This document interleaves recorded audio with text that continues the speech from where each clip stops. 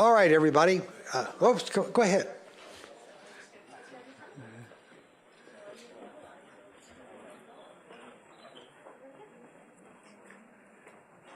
Good afternoon, everybody. I'm Doug Stewart. I'm the mayor of the City of Malibu, and want to welcome you to the Southern California Edison Town Hall meeting. It's a chance for our residents, especially those in the burn areas, to get up to date and ask the questions that they want and get answers, as well as information from Southern California Edison. I want to implore everybody to realize that we're here for 2 hours, and we're going to have a chance for you to ask questions from the microphones left and right, and we'll take care of that in a few minutes after the presentation is completed by Edison. There isn't a time limit on the number of minutes to speak, but we would like for you to be as concise as you can be. I know in some of the town hall meetings, there's almost a resume presented by some people. We know who you are by now, so please try and keep your questions and your comments as short as they can so we have plenty of time for everybody to be a participant. Tonight we've got the Southern California Edison team that's here. They've got information regarding the rebuilds, as well as other plans for undergrounding in Malibu, and also some information on PSPS, but I think their focus is going to be on undergrounding and rebuilds. So with that, I'd like to turn it over to Caroline Choi, who is going to lead the conversation for Southern California Edison, and I'll be back to do the wrap up. And as I said, if we're going to, when you ask your questions, please try to be as concise as you can be. Thank you. Caroline. Thank you, Mayor, and thank you all for being here, and thanks to folks who are, I think, joining us virtually from other places. It's a real pleasure to be here tonight with my colleagues. I'm Caroline Choi. I'm the Executive Vice President of Public Policy and Corporate Affairs at both Southern California Edison and our parent company, Edison International. And I'm here tonight with Tahisha Bryant-Hopkins, Lorena Munoz, and Damian Gonzalez. We're going to do a quick presentation this evening, so overview of our plans here in the Malibu area, and then open up for questions. And while we would appreciate the questions in this room and for those online to be more general in nature to talk about the community, we are planning to break and then go to the tables and can answer specific questions you might have about your property or your neighborhood. So, you know, it's been just over 2 months since the fires, and it is really continues to be heart-wrenching to see the devastation that has occurred in the community. We're just out this afternoon with some folks, and it's gut-wrenching. And our hearts really are with all of you who are going through this difficult time. We are grateful for all the firefighters and the public safety officials and the work of our colleagues who have been out there working on our infrastructure and to protect property. And we do have a long road and journey ahead, and want to work with all of you as we work to rebuild and help restore the community. So I expect there will be future town halls that we will have as we continue our rebuilding plans and as we finalize those plans. So what we're talking about tonight is what we have initially planned, and look to get your feedback and want to hear from you. So I think there's a QR code that we would like to, if you could, use that. It's a survey to answer questions from the community about our rebuild efforts, and it would be helpful to, as I said, to inform our rebuild efforts as those come together. So we'd encourage you, please, to participate in the survey. So let me just start with restoration and our rebuild efforts. I'll touch briefly on public safety power shutoffs. This is intended to be focused on our restoration and rebuild efforts, but happy to answer questions also about public safety power shutoffs if you would like. We've worked as quickly as possible to restore power to all customers who can take power. And of course, as we get requests for temporary power, we're working to make sure that we can serve those customers as well. And our power process includes, assessing the damage, reviewing our structures, noting any safety hazards that need to be resolved, making the repairs from the storm damage, and then identifying where there should be, or could be backfeed coming from our customers. We have used fire-resistant poles, covered conductor, which is that insulated wire, and also backup generators. And we have restored power along Pacific Coast Highway and then other fire impacted areas. And we're also actively participating in both LA County's recovery organization as well as the city's rebuild efforts, and look forward to continuing that participation. We're also helping to build our system back stronger to assure that it can better withstand the continuing increasing weather threats. And we want to hear from you, as I said, on the screen, the QR code for the survey. So not surprisingly, as we've worked to build our restoration and rebuild plans, we've gotten a lot of questions about undergrounding and requests to underground our infrastructure wherever possible. Targeting undergrounding of circuits is in our plans. It was reflected in our general rate case, which is pending before the Public Utilities Commission. We are waiting for a decision now. And that plan already included undergrounding circuits in Malibu, as the city is in a high fire risk area. So we are accelerating plans that are reflected in our rate case as a result of the fires that occurred. Specifically around the Nicholas and Mikasa circuits. I know, and I've heard from many of you, you've had to learn circuits, which is not typically what we ask customers to do. So we are also working to try and figure out ways to make it easier for customers to understand where these circuits lie within the Malibu area, not just as we do our rebuilding plans, but even as we think about in the future, as we think about outages and outage information to customers. So just be aware of that. But the Nicholas Circuit is located along Pacific Coast Highway from the border with Pacific Palisades west to Cross Creek Road. It also serves neighborhoods from the north of PCH around Carbon Canyon, Las Flores Canyon, Big Rock Beach, and Topanga Beach. And then the Mikasa Circuit is along Topanga Canyon Road, and it serves neighborhoods connected to that road. And those two circuits are in our plan, as I noted, because of our focus on safety, and particularly, as you are well aware, the egress and ingress challenges with those narrow canyon roads. To fully underground the line, and you can see on this map, and we also have them in the back of the room, so you can see our plans around these circuits to fully underground these circuits and essentially remove those circuits from use of public safety power shutoffs. We need hundreds of easements from customers along those circuits. The green you can see here is work that is proceeding. The red is where work has not yet proceeded for a variety of reasons, but it includes not having easements from customers.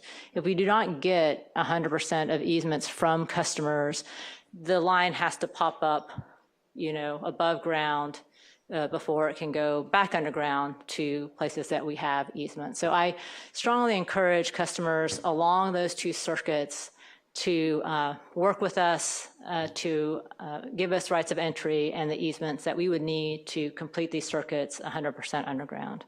And it is why we have our experts here today to talk more about that. Tahisha is definitely going to be able to answer your questions, as well as Lorena and Damien. So they'll share additional information with you and answer questions. And again, we have additional colleagues here as we break up into the tables to answer specific residents and neighborhood questions, and hopefully can answer all of them in the time allotted, and happy to stay as long as people are here. After the speakers are done with their presentations, there's going to be an opportunity, like I said, to ask questions. And then after the group Q&A, please don't hesitate to speak one-on-one with any of us.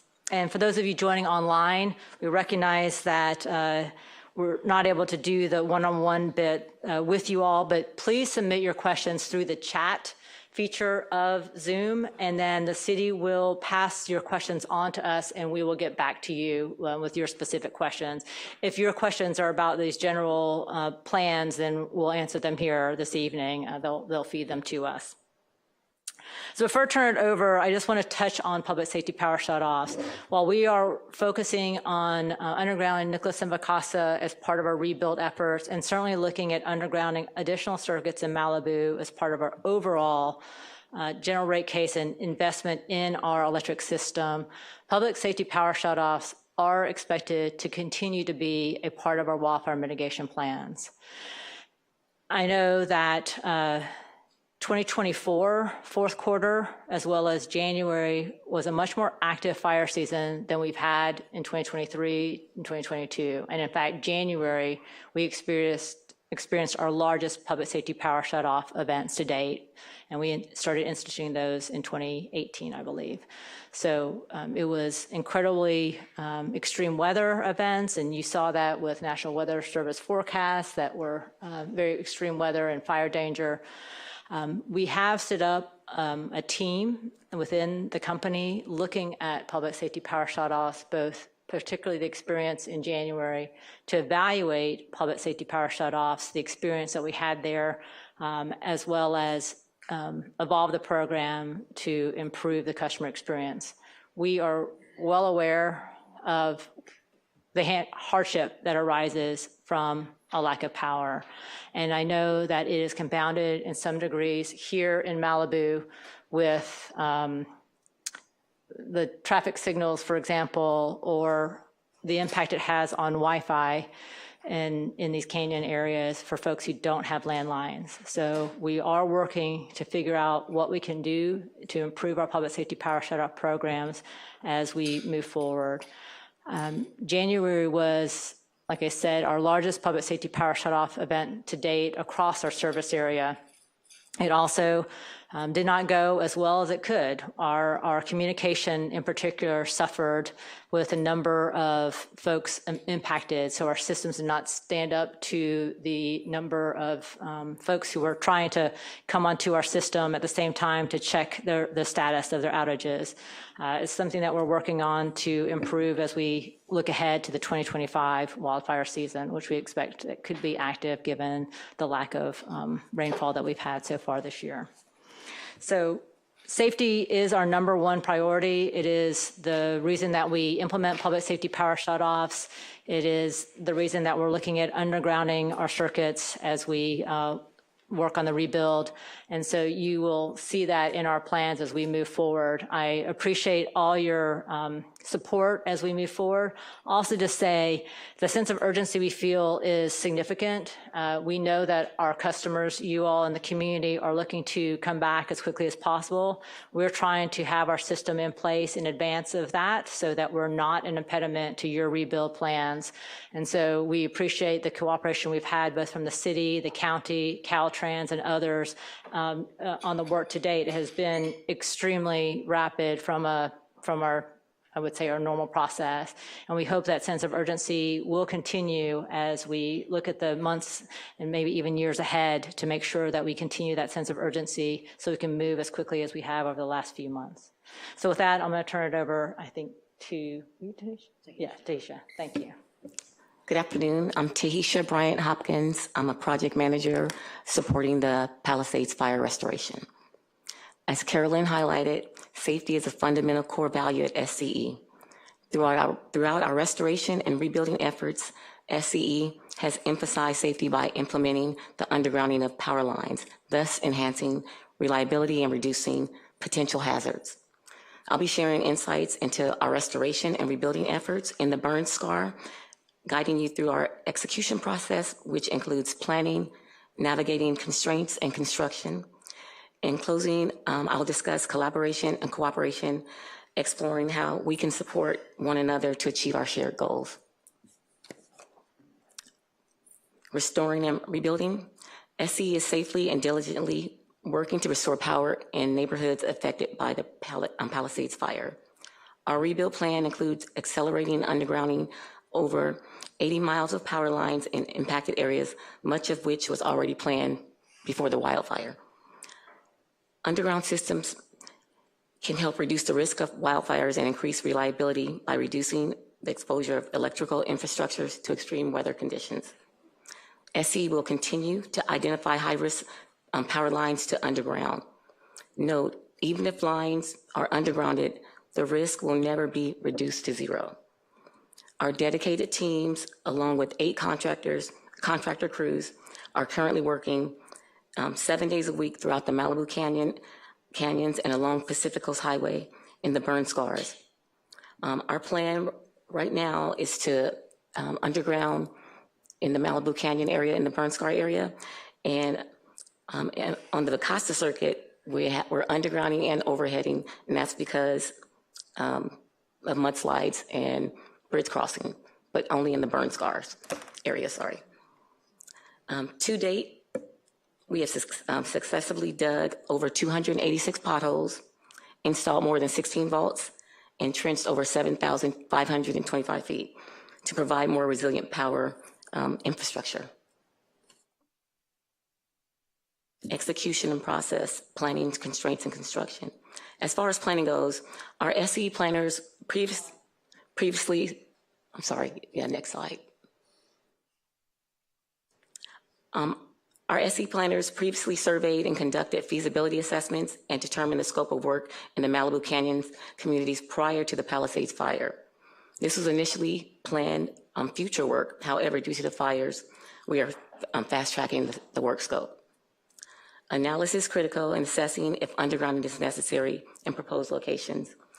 Data was gathered and observations conducted, including assessing and taking images of equipment and surrounding areas. Next slide, please. Constraints. For most projects, we require permits, at least one permit, and these come from the cities, the counties, government lands, and sometimes federal aviation, and as we see in this case, we got a lot of private property easements. Permit requests usually take around 2 months on average, but the process can be a lot longer. Due to the major disaster declaration and large federal and state restoration efforts, SCE has been given an opportunity to expedite approvals, allowing for the start of the construction on with a much shorter timeline than usual. We ask that this sense of urgency be maintained to assure timely completion of undergrounding projects. And as Caroline stated, we definitely appreciate the various agencies partnering with SCE and expediting all of our requests. Next slide. Construction. So work can be scheduled and construction can begin once all requirements and permits are met. Expedited undergrounding of power lines is a complex process and takes time. In this case, at least several months, barring any unforeseen obstacles. While SCE is removing electrical overhead lines and equipment and putting them underground in target areas, poles with lines and assets owned by other companies, for example, telecommunication companies, cable companies, may remain above ground. SCE is actively communicating the scope of work with other utilities to provide them the opportunity to underground lines concurrently. We invited a few telco companies here tonight in case there are questions that we're unable to answer, and they'll be outside. Next slide. Collaboration and cooperation. We recognize that construction can be disruptive to your daily lives. Please be patient as workers are trying to safely complete their work without delays. Undergrounding may temporarily disturb homeowners' yards and landscaping, and electrical panels may need to be modified, replaced, and/or relocated. To achieve our shared goals of completing the undergrounding project as quickly as possible, SCE will seek rights of entries and easements from hundreds of customers. In some cases, in some of these cases, adjustments to initial designs may be necessary. We are eager to continue with our expedited plans. However, our on-site crews are nearing completion on their current tasks on the main lines currently. It's crucial to obtain the right of entries or ROEs and easements to maintain our momentum. Oh, there's not another, sorry. To maintain our momentum and ensure the power is restored as quick as possible. SCE must obtain an easement whenever a new replacement facility is to be installed on private property that is not covered by a prior right. An easement allows SCE access and the right to construct, install, operate, and maintain its facilities on the property. SCE planners work diligently to acquire the smallest easement possible while ensuring there's enough space for SCE crews to inspect, maintain, and replace facilities as needed. If there is any doubt about the size and location of structures, Our planners are more than happy to come on site to answer questions. Delays in signing rights of entry and easements can cause significant interruptions in construction timelines and can impact entire neighborhoods in some cases. Without a signed easement, SCE would have to serve overhead, thus resulting in being at risk for PSPS outages during high wind occurrences. We continue to actively seek community support and buy-in. I'm going to pass the mic over to Lorena Munoz. She is manager in land acquisitions. She's going to speak on the process of right-of-ways, right of entries, and easements. Thank you, Tahisha. Thank you. Can you change the slide, please? So my name is Lorena Munoz, and I'm the manager of the land acquisitions. And pretty much it's a portion of the real estate department that handles the easements or right of entries. And so some of the land acquisitions roles and responsibilities are, once planning has designed a circuit, they give us that design. What we do is that we look at where that design affects private property. And once we determine the area that is affected, we verify the impact and we verify who is the owner of that particular property. So we're verifying and researching ownership. We prepare the necessary documentation for the acquisition of those rights, and that's typically in a form of an easement. But in order to expedite the restoration, we're using a right of entry. And I'll speak a little bit more with regards to that right of entry and give you a little bit more details. But what we typically do, once we determine that there's a right needed from a property owner, we will engage with the property owners. We start by doing phone calls, sending you an email, using that point of contact that's through your SCE.com, through the reference or your phone number that's in the system where you get notifications. We may even have a person come out and visit you at your property. Like today, we were out doing some site visits with property owners. We'll try every effort to make contact with you. And we understand that sometimes there's a lot of fraud and you may be getting spam calls, but in reality, it is Edison that is calling. We'll send a letter via US mail to make sure that you understand that Edison is trying to get a hold of you. What we do in that communication that we're trying to get a hold of you is that we will try to explain to you what the impact is regarding that design to your property. We typically have an exhibit that's prepared by the planner, and it provides a depiction, an overlay, a Google Earth overlay with the depiction of the line as to how it's going to affect your property and what location. So the folks that are trying to get a hold of you may be SCE personnel. Next slide, please. It gives you the names. The SCE personnel is Vanessa Cardenas, Jay Glasser, or myself. In addition to us, we do have a group of contractors, and that company name is Spectrum Land Services. It has nothing to do with the Spectrum Telecommunications. We understand that could be a little bit confusing, but we want to clarify, we want to provide the names of folks that could potentially be trying to contact you. That would be Susie Brandt, Curtis Johnson, Jennifer Pryor, Cindy Terry, Gloria Hume. You could understand this is a huge undertaking in trying to contact a lot of property owners, maybe property owners that are no longer living at those houses where the phone number, maybe it was a residential phone number, and we don't have your cell phone. So if you are getting any type of communication via email or phone call, please do reach out. We're trying to get a hold of you and let you know what the impacts are to your property. So like I mentioned before, next slide, please.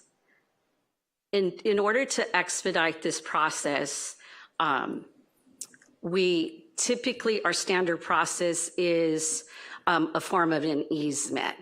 But that typically can take anywhere from 3 to 6 months in order to go through that whole formal process. So we implemented a new tool, and that's called a right of entry tool.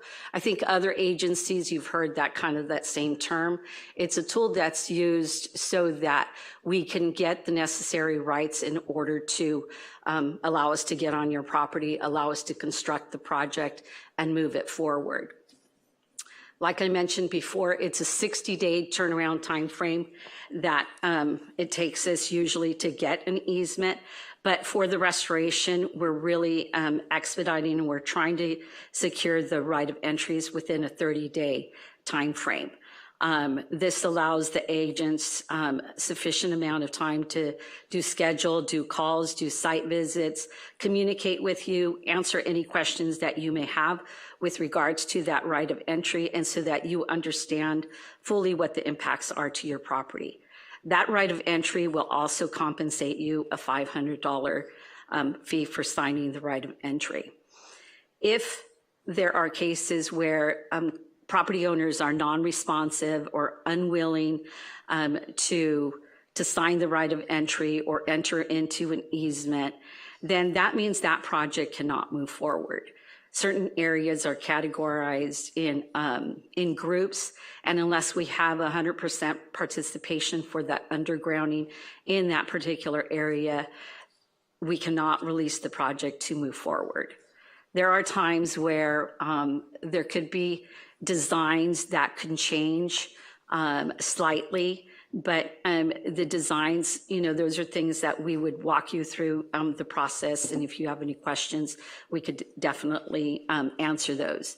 Some of the designs where property owners are unwilling to work with SCE and not willing to participate or cooperate, those are projects then that will have to escalate to leadership so that a decision could be made as to how that project is affected or how it won't move forward. Once we receive all the ROEs in a certain area, or community, then that project is then released for construction. And that means that can move forward in the process so that it could get scheduled for construction. An agent will reach out to property owners before and after construction to complete the signing of the easement. So the right of entry and easement, it's a two-part process. First, the right of entry so that we can get in there, construct rapidly. And then once it's constructed, shortly thereafter or just before, we will enter into the agreement of an easement. We'll provide you the easement template because the easement is the permanent right. That right of entry is a temporary right that just gives us the right to construct within that, within the time frame and to be able to get it on schedule. Next slide, please. So our restoration efforts, again, our number one goal is safe and reliable power restoration to the community. It hinges on the support and the cooperation in a timely manner. The right of entry, some of the key takeaways of the right of entry, it's a short document, it's 3 pages. It has some industry standard language in there.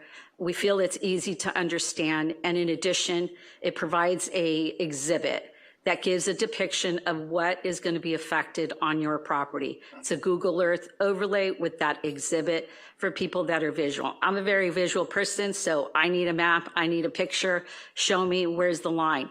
So that is provided in that right of entry. It also, like I said, it grants SCE the access and authorization to construct the facilities on your property.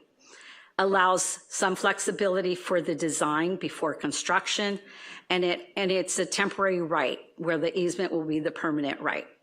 And again, once we enter into the easement, that is where we will also provide compensation for that permanent right, the easement. Next slide. I will go ahead and hand it off to Damien. Hello, everybody. Thank you for being here. So I'm just going to cover the process for reconnecting electrical service. And so I've broken that down really into 3 categories. that we're going to go into. And so the first is going to be if your meter panel at your home was not damaged, and then any meter panels that were damaged, and then anything that was a total loss and will be a rebuild or is requesting temporary power. Next slide, please. So for homeowners that are, coming back and they had not, they don't have power currently, there's some areas where we did not restore the overhead lines. And so for those homeowners, if your panel is not damaged, you can contact SCE at the email address in the slide. It's Palisades Electrical Service at SCE.com. Or you can call the number here. It's 1-800-250-7339. And provide your name, address, contact, email, and phone number. Once you do that, that request will come to the SCE planning office, and the planner that receives it will submit that request to our operations group, and operations will come out and determine if we have permanent infrastructure, whether your panel can be reconnected to permanent infrastructure, or if a generator is required at that address. And so if, regardless of the option, it's usually about 1 to 5 business days for us to get a crew on site to either connect the generator or to connect to permanent service.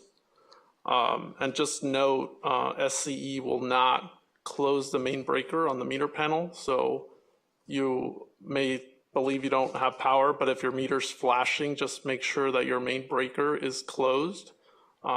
Because if it's open, it'll seem like you don't have power. And then SCE does not do any inspections beyond the panel. So regardless, we recommend you have the home inspected by an electrician just to make sure it's safe to close the main breaker. Next slide, please. So now if the meter panel was damaged, so it's just going to be more of a replacement of the panel at the existing location. Just know a permit is required to do that. SCE will need to receive that inspection. And then, so it'd be better if you receive the permit prior to contacting SCE. And then once you receive that permit, you can still follow the same process as before, which is email the Palisades email address, the same phone number. So once that is received, the planner will reach out directly to the homeowner. And the planner will determine if the panel needs to change, the panel location needs to change due to the undergrounding project that is going on, or if the same panel location works. And we also recommend installing a panel that takes both overhead and underground service, because you may temporarily be energized overhead, but your permanent service may change to underground. So once your electrician completes the panel replacement, SCE needs to receive an inspection approval from the authority having jurisdiction, whether it's city or county. Then once SCE receives that inspection, we will again submit the request to operations, and it'll be about 1 to 5 business days to reestablish the service. And again, we will not close the main breaker. So I think that covers this slide. And the next slide, please. So now if the home is a rebuild, or if it is a rebuild or a temporary power installation, in this case, we recommend calling the general customer service line at 1-800-655-4555. I would recommend calling early in the morning. Wait times typically are shortest around 7 a.m. To make it simple, there's a dial code that you need to get a service request. So that's going to be 731. Just wait for the first option. So you're going to hear the automated message and it's going to ask for an option. Then you can dial 731. So once you create a service request, an Edison planner will contact you directly. They're going to request some, depending on the scope, they may request documents, so survey plans or a load schedule. At a minimum, they're going to request a project information sheet. The planner and the homeowner will then determine what the panel location would be. And again, it may change from the original panel location prior to the fire. And then at that point, the planner will provide a plan, and then the customer will have an electrician install the panel. We still need to receive an inspection. And then service will take about 5 to 10 business days in that case to be connected. And just note, generators would not be provided for temporary power services, but if it's a permanent panel, we would provide a generator if needed. And again, SCE will not close the main breaker. So that is, that's kind of the general process for reestablishing service. Thank you. The last slide just goes back to the survey, and again, encouraging all to participate in the survey. Let me just do a couple clarifying things. So as you may have taken away, or I hope the takeaway here is, rights of entry are a pace setter for getting the rebuild underground done. And so as you can see on these maps, and we can break out and get up closer to them, the red is where we don't currently have not necessarily just rights of entry or easements, but there are delays, and that's where you see the red on these maps along the circuits. The table in the top right corner tells you what we're still seeking there. So what still needs to be gained from the customers in order for the work to proceed. As I said, that is really going to be the pace setter for work getting underway. We are hoping that we can get these rights of entry quickly so that the work can continue. We, as you have seen in the neighborhoods, a number of crews here, and the idea is to keep them here and just continue to have work out there designed and planned, and then just keep moving them. So as they get finished with the green areas, move them to areas that have gone from red to green, and just as quickly as possible get this work accomplished. So that would really just one of the takeaways for you all today. We are providing service to all the customers that have requested it today. Some of that is by generators, as you heard from Damien, because we haven't put overhead lines in those areas, and we haven't put overhead infrastructure in because those are areas where we are hoping to underground. And so that will require patience on the part of customers who are being served by those generators. They are getting, it's a contract, they are getting serviced and checked regularly and filled, of course, to continue to have reliable power. But we recognize that it is different than just getting it from your overhead lines as we move towards the rebuild. So those are just two that I just wanted to note. I guess maybe lastly, a question that we may receive is, why are we not undergrounding everything all at once? And we have a responsibility across the 50,000 square mile service area to think about the safety, reliability, and affordability of the service that we provide. And so while our plans do call for additional undergrounding in Malibu, and some of that will be in this 2025 to 2028 period that our general rate case covers, it may not all happen here in 2025 and 2026 if this rebuild goes into that time frame. But it is certainly part of our general rate case plan to underground additional circuits in Malibu per the rate case that we have pending before the Public Utilities Commission. So with that, we'll open it up for questions. I think you see the mics on both sides of the room here, and also for the folks who are online, happy to take questions through the chat that I think staff will hand to us. I guess I'm on.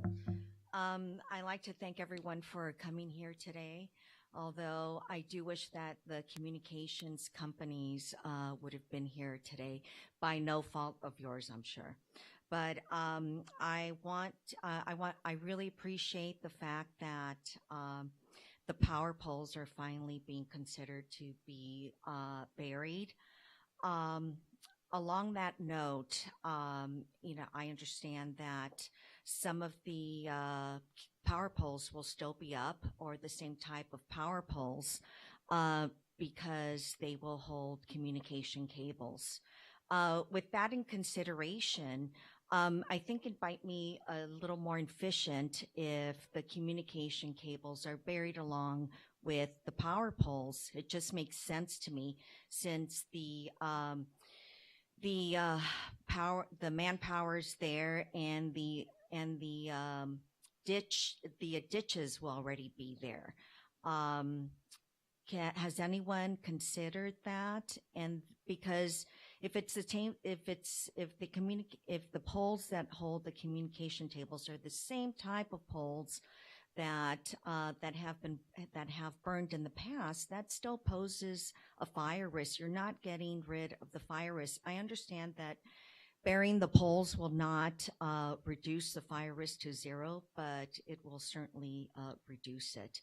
And then part two of my question is, have you considered about a plan or a contingency plan to notify people that will be in the red areas of the map that have not participated in these easements?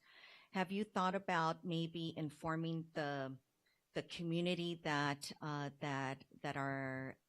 will be affected by individuals not participating in this, maybe sending out some kind of notice? Because in my experience, peer pressure works. So we might be able to pressure our neighbors into considering some of these easements. So let me start with your first question about working with the telecom companies. And we have been in touch with them from the beginning of our plans, talking to them about them and inviting them to participate and underground their equipment. And those conversations are ongoing.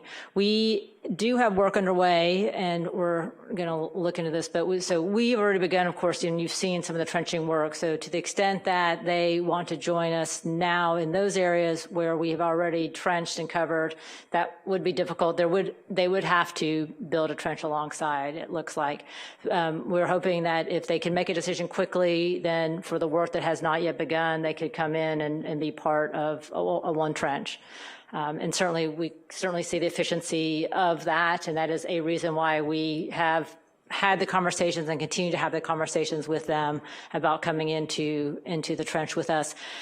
We recognize they have a different business model, they have different business pressures, and so you have no ability to force them into the trench with us. It's just an invitation that we welcome them to come alongside us, and that invitation remains open. If the equipment does stay above ground, the telecommunications equipment, the pole is not exactly the same. It is shorter, so it is a less visible, I guess, presence, you might say, in the landscape. We would cut the pole down so that their equipment, it's the same width pole, but it is not the same height pole. So I suppose that would be just one thing I could tell you if they decide not to go into the trench.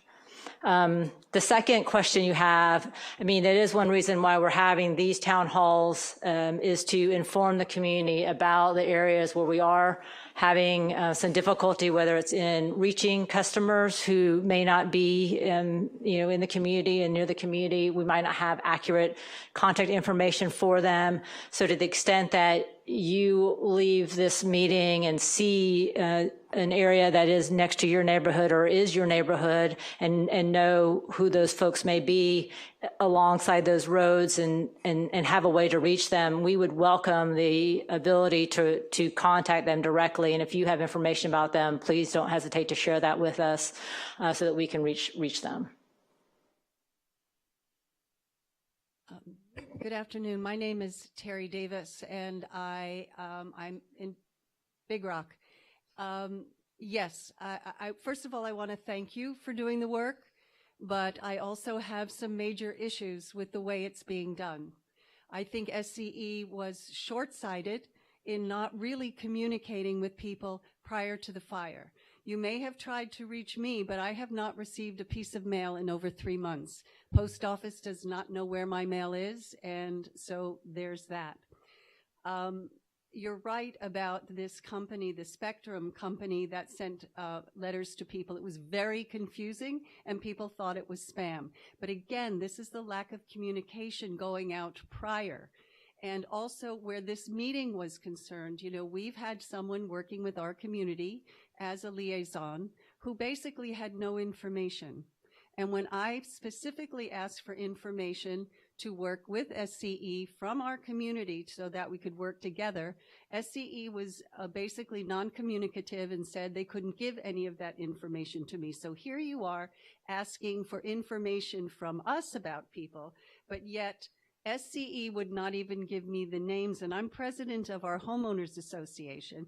All he had to do was give me names, and I could have looked up the people who, because I have all their contact information.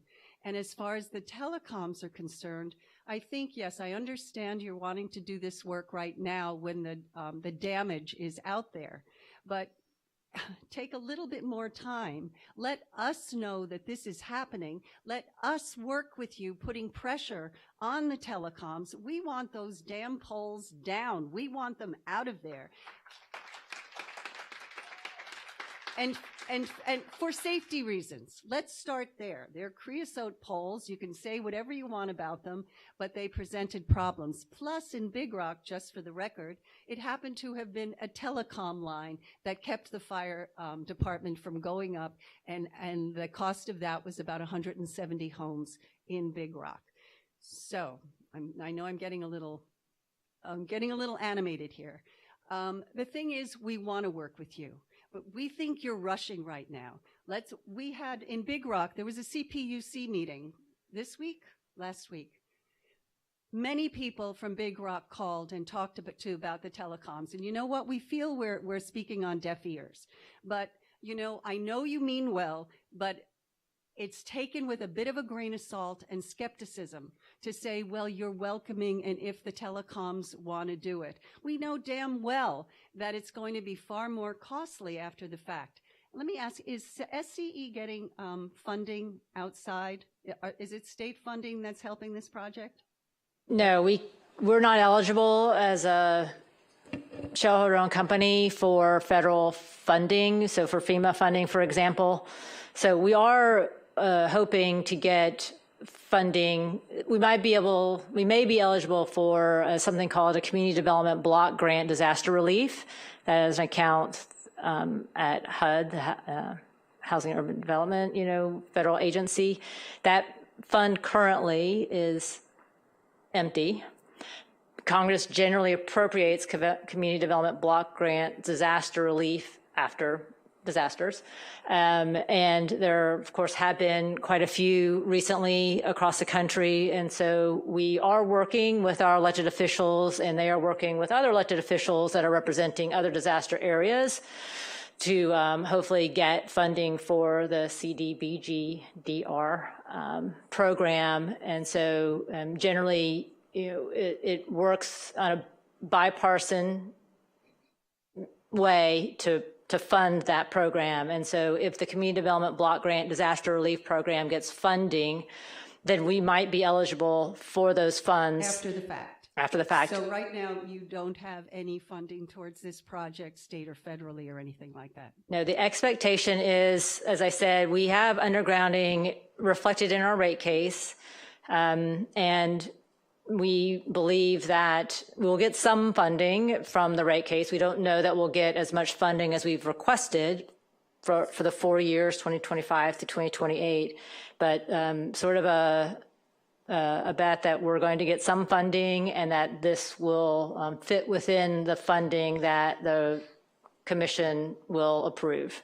There's a little bit of a risk there, no doubt, but yeah, that's what we're planning. There's just one other thing I want to say. We also, I for one and several others, tried desperately to find out what this particular town hall was going to encompass. And I sent several emails out. SCE didn't respond. Even the city didn't respond. Nobody knew. So again, this is a lack of communication and makes residents very skeptical about SCE's motives here. So I ask you, please, we recommended that other things be added to this agenda, like the telecoms, which is so important to us. But please listen to us, work with us, and we will work with you. Thank you. Yeah, thank you for that feedback.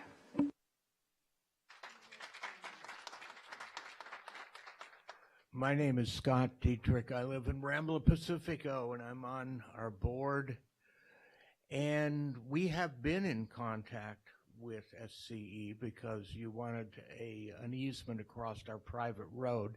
Technically, that didn't work, but we came up with a better solution, and we did on site. But then these letters from Spectrum Land Acquisition or whatever it is started going out to our members. So they start calling us. What's going on? Have you guys thought about communicating with the head of the neighborhood associations so that we could let our members know that, yes, sign the ROE, it's not a scam? That would simplify your job a lot. Okay, secondly, the PSPS system was probably the worst idea you guys ever came up with. It didn't prevent the fire at all, but at critical times you had no internet. You didn't know where the flames were coming. You didn't know what was going on. And then your power would get shut off, not in the Palisades Fire. You actually did a good job. Power didn't go out till 5 p.m. approximately in our neighborhood, where in Franklin and Broad and the other fires, we'd have, maybe a maximum of 8-mile-an-hour winds. I have a digital wind meter that I use. It'd be 8 miles an hour for a couple hours, and you'd have the power off for 3 days. That's ridiculous. So those need to go, and I'm really glad that you're stepping up and doing the undergrounding now, okay? But I have 2 questions. One is, most of our big fires come from somewhere else. Palisades didn't start in Malibu. Woolsey, it started across the 101. Do you have plans to underground the circuits that most endanger us? And all you have to do is figure out where the wind comes from on Santa Ana's, and you'll know what circuits those are. Secondly, a more specific question. Do you require, for existing homes that were undamaged, does that require a different electrical panel when you underground? Thank you. I'll take a couple and then ask my colleagues here. So on the contacting the neighborhood association heads, it was brilliant. So we absolutely will be in touch with you and others who just the speaker in front of you. So I think that's a great idea, and we'd be happy to do that. And I think it makes a lot of sense. On where we are undergrounding, we use these risk models to inform our undergrounding plans, and of course starting in high fire risk areas and then looking at the highest risk high fire risk areas, and starting there with our targeted undergrounding plans.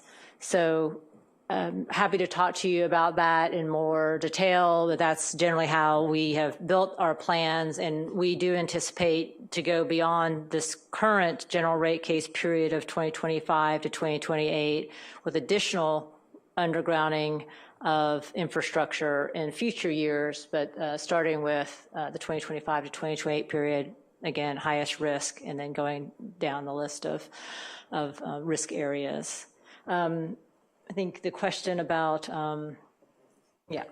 Yeah, with regards to the panels, I'm going to say it depends. So what we recommend is there are ways to convert an existing overhead panel to an underground service without replacing it.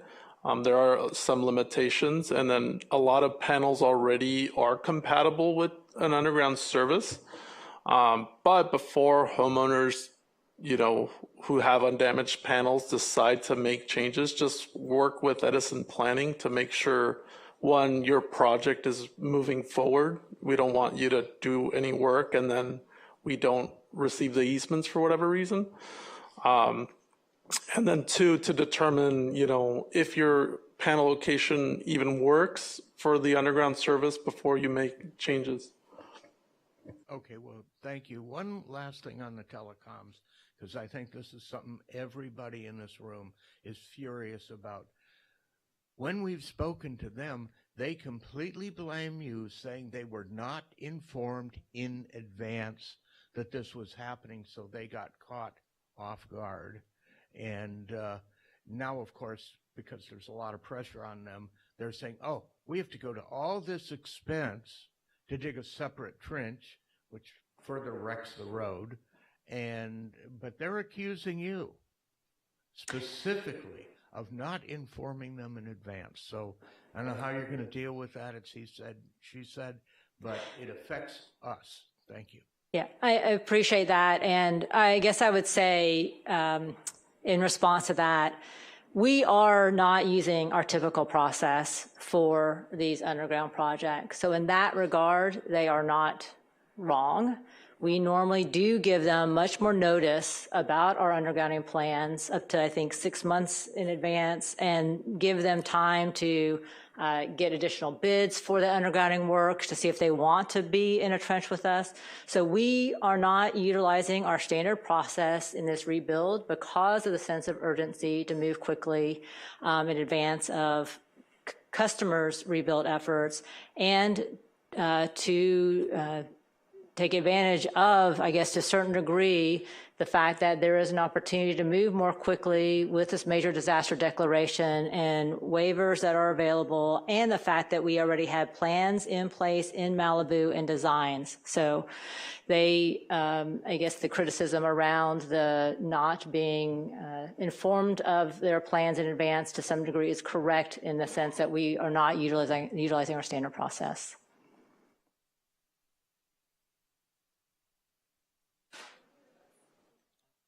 Left side of the room. Oh, sorry. Is that that's what you were saying? Sorry. Got it. Apologies.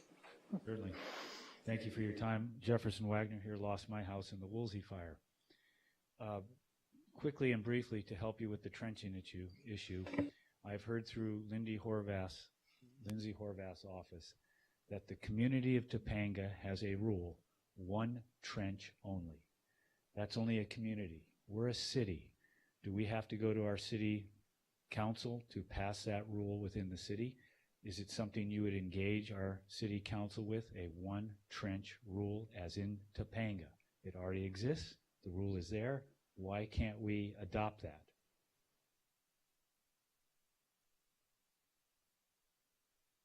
Yeah, it's one trench for all the utilities. It's one trench for all the utilities, and that's in Topanga as we speak. How did I get up here? All right. In fact, we had a conversation this afternoon with Lindsay Horvath's office and SCE. Mary Ann and I were together on one of those sessions. There is a county rule called for one trench. The city apparently does not have that. We've asked SCE for copies of other cities' one trench ordinances, and we'll see about getting that processed.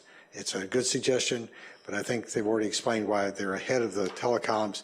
And I will make a comment, if you look at the map, PCH undergrounding is a joint venture operation where all of them are together in that trench, but that's proceeding in the future as opposed to right now.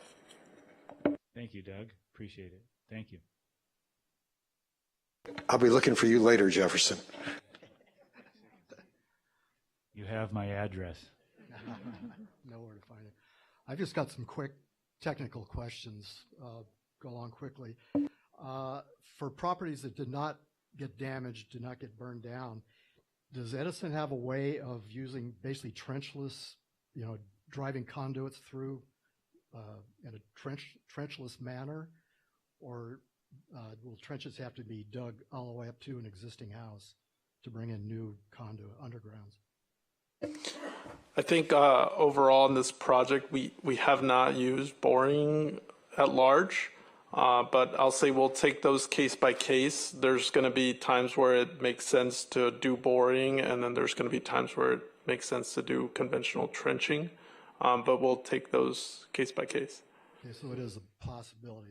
It's in the toolbox. Yes. To be able to do. The meter, is it the homeowner's responsibility to replace a meter box if it's currently overhead only, and we're going to come in and do an underground, or is that Edison's? Who picks the tab up for a new box? Yeah, I think currently we don't have in place for Edison to do those conversions at large, but I think there's still a lot of case-by-case basis there. Some services, I'll say, in a way are more critical to underground because the transformer locations are inaccessible, if that makes sense. We can't feed the service where it's currently fed. Underground transformer or up on a pole transformer? Yeah, like there's some areas where the existing pole is like on a hillside up on a cliff, let's just say, and we feasibly cannot refeed the service the way it's currently fed. Last thing, concerning PCH, you are obviously undergrounding there now. Is there going to be a connection box or pull box at every property along the coast there? Yeah, and so for our plans, and I'll say this for the designs in general, even everything that is in flight, our plan was to provide a underground connection point to every single property, and that does include PCH. Yes. You considered what if, I mean, this is a long shot, if it turns out that the state ends up buying a lot of those properties and there's no more houses going to be there, is that just wasted time and expense, I guess, to put boxes there? I mean, it's difficult to know that in advance. I mean, we saw areas where we could see LA County did some purchasing, I believe, in some sections previously. But I guess really our goal is to provide the infrastructure such that we're not expecting homeowners or even Edison to retrench in the future, because that would be more costly and more time consuming later. They just do it now, no matter what. Yeah, and it's also just so that, we're of course digging up the road to put in the conduit, and if we put it up to each lot, then it avoids having to dig up the road in the future. So once that road is paved over, after the work is done, the undergrounding work is done, then it wouldn't have to be torn up again when the homeowner comes back. So it is, we think, a time savings, a cost savings, and I guess a ease of road savings for the future. Great, thank you very much. And I guess one more point to that is going to be most of the facilities in PCH are going to be, we're using what is called a vault. And so that is a transformer that is subterranean. And in order to access those vaults, traffic control would be required and permits, which could lead to extended waiting periods to schedule work, because we'd be waiting for permits from Caltrans to access the structure. By providing connection points outside of the main thoroughfare, we'd be able to quickly make connections and schedule crews to be out there, within weeks versus possibly months, once homeowners are ready to reconnect. Hi, my name is Kristen Thames, and I'm a local concierge home health nurse out here in Malibu. And you guys are probably going to get sick of seeing my face, but I don't care. I'm here to advocate for my seniors. So when you say safety is your number one priority, a lot of my seniors who are disabled and can't get out of their house or in bed, they don't feel safe. They live in fear, hopefully, knock on wood. If there's an earthquake tomorrow and there's no power, their beds are deflated, they have no way to call 911, they have no way to call their family, they have no way to press their medical alert button. And I believe you spoke at Malibu High when this was first going on, and you said that there is a program, and I just got information on it. It's called the Medical Baseline program for people that rely on oxygen and medical devices in order to function and live. So when I called there this afternoon, I spoke with somebody for about an hour. At the medical baseline program, the person that answered the phone didn't know anything about backup batteries or anything like that. What they said was, we will provide an extra 16.5 kilowatts per household at a minimal rate. And I said, well, in your brochure here, it says people in the medical baseline program are eligible for the critical care backup battery program. So they transferred me to the energy efficient supervisor, and I asked him about the battery backup program. They're not generators, they're battery backup programs with solar that they'll be charged for. And I said, okay, so can you give me a time estimate? How long this is going to take? And he said, well, once they enroll in the medical baseline program, which could take about 60 days, then they qualify to be in the critical care battery program. And I said, okay, so what are we talking? 6 months, a year? And he said, I don't know, because there's a wait list.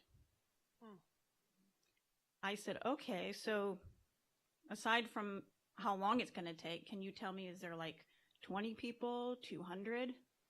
And he said, ma'am, there's thousands. Some of my patients are watching. They don't feel safe.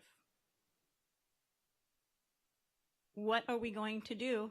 Because I'm not going to stop until my patients and the seniors in this community, if we can set the precedent here, we can trickle around to other communities.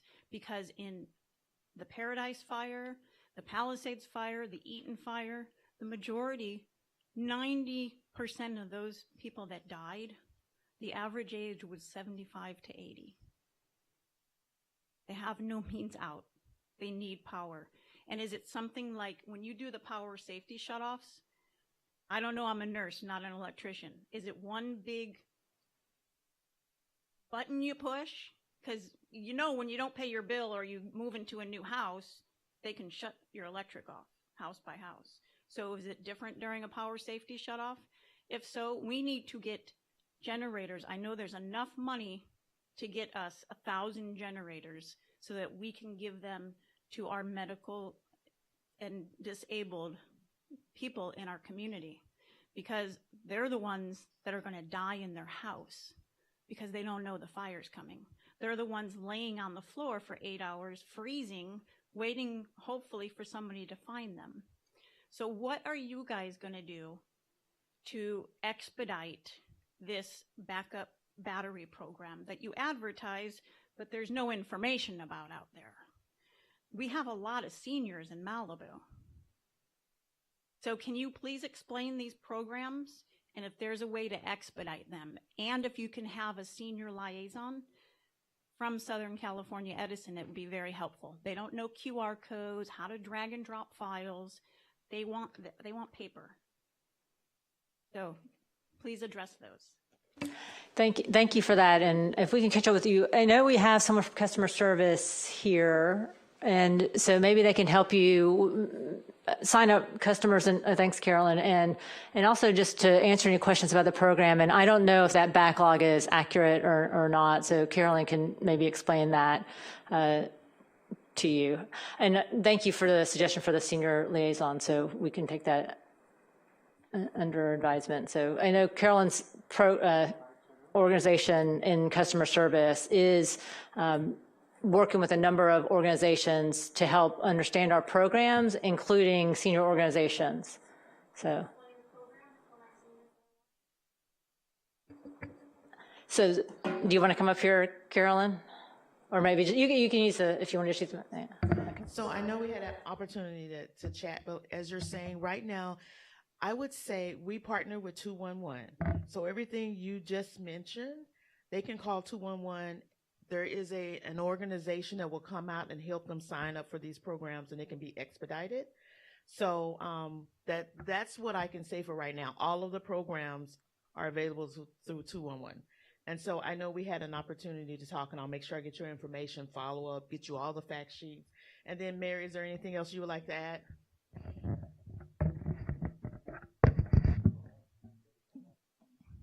Hi there. So first of all, you have to have medical baseline in order to qualify for critical care backup battery. Medical baseline, if you have a CPAP nebulizer oxygen tank, you can qualify for 500 kilowatt hours discounted every month on your electric bill. So that's automatically every month for medical baseline. Once you're on that program— And how long does it take to sign up and get qualified for the you have to program? get your doctor's signature. So what you can do is, we have applications here that you can take to your doctor to have them sign to get on medical baseline. You can also do it from DocuSign, but it's probably easier if you use your doctor and have him sign it, and then you have a copy of it and then mail it into Edison. Then after that, you're going to be on a computer saying medical baseline. Then you're going to want to qualify for the critical care backup battery plan. You need to be in a tier 2, tier 3 high fire risk area and on medical baseline. Once you have these two qualifications, then you would be applying for the CCBB program. And if you want any more information about that, you can come to our booth that's right outside the door, and you can talk to us more about that. Okay, thanks.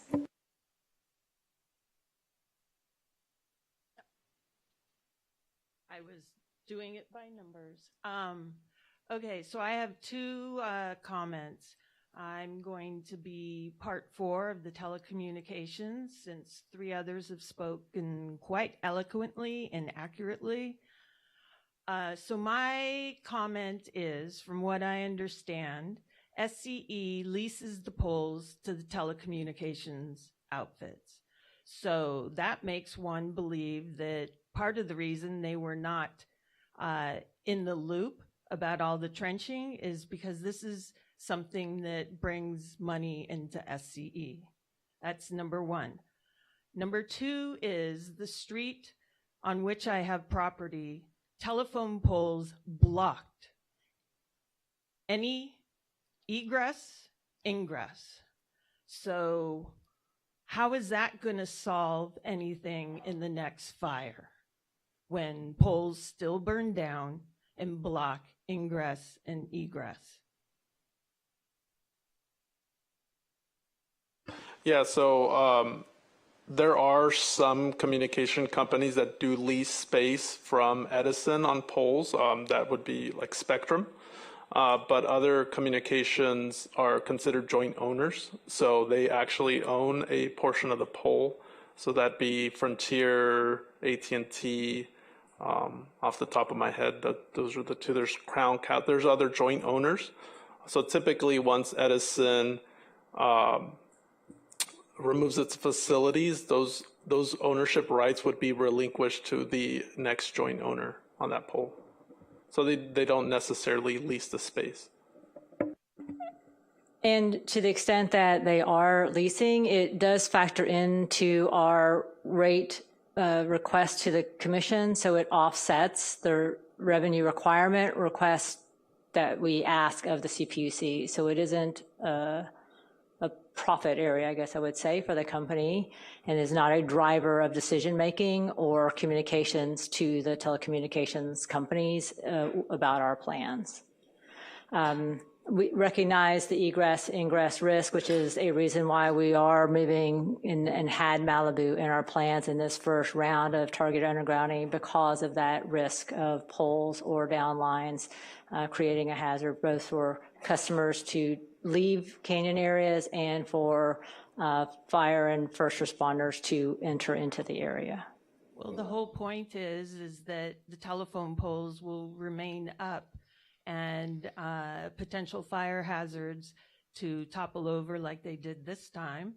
I mean, you mentioned earlier that cutting them off is a significant moderation of fire risk, and we disagree because we've lived through it.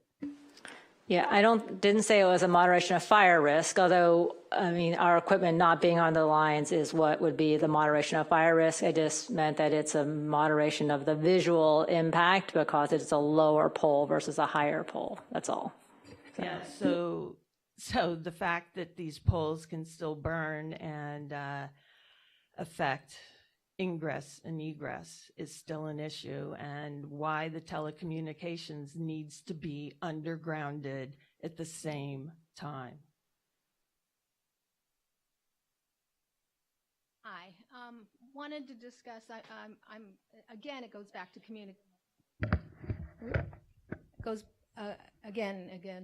communication from you guys. I'm just hearing now that our electric panels may be needed to move. We literally have a guy out there today and yesterday putting in a new electrical panel because it burned down. So now we're hearing that we just spent a bunch of money to have that, and potentially we're going to have to move it. I think that's lack of communication. That should have been addressed a long time ago. Same thing is, what's the urgency right now? Either 70% I live in Big Rock, and 70% of the homes are either dust or there's some surviving. What's the urgency that you can't wait 4 to 5 months to get the telecom companies on board with this? I guarantee you, these people's homes who are no longer there, they're not going to have new homes in place in the next 4 or 5 months. You can sit and negotiate with them, and there's no need to have multiple trenches.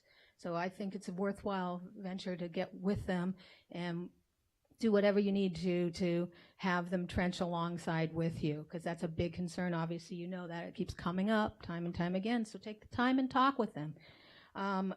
The other thing I wanted to know is, I know it's about 8 to 10 times more expensive trenching underground. Does this rate hike, should we expect a rate hike in cost that's going to be passed on to us in our electric bills? Is it going to be astronomical going down the road because of this? That's one consideration. Another one is, I have like 3 poles on my property. Now, I have no idea where it's going to go, but say it goes in an area that's part of our yard that we use regularly, or has trees on it, or fencing on it. Are you guys going to hire the right people to put it back in place and plant the trees and put the fencing back and do all of that it's going to take? And then when you want to maintain it or go in, can we not use that area? Is it no longer our property even? And how does that work? I don't understand enough about the easements to know if, can we plant on it?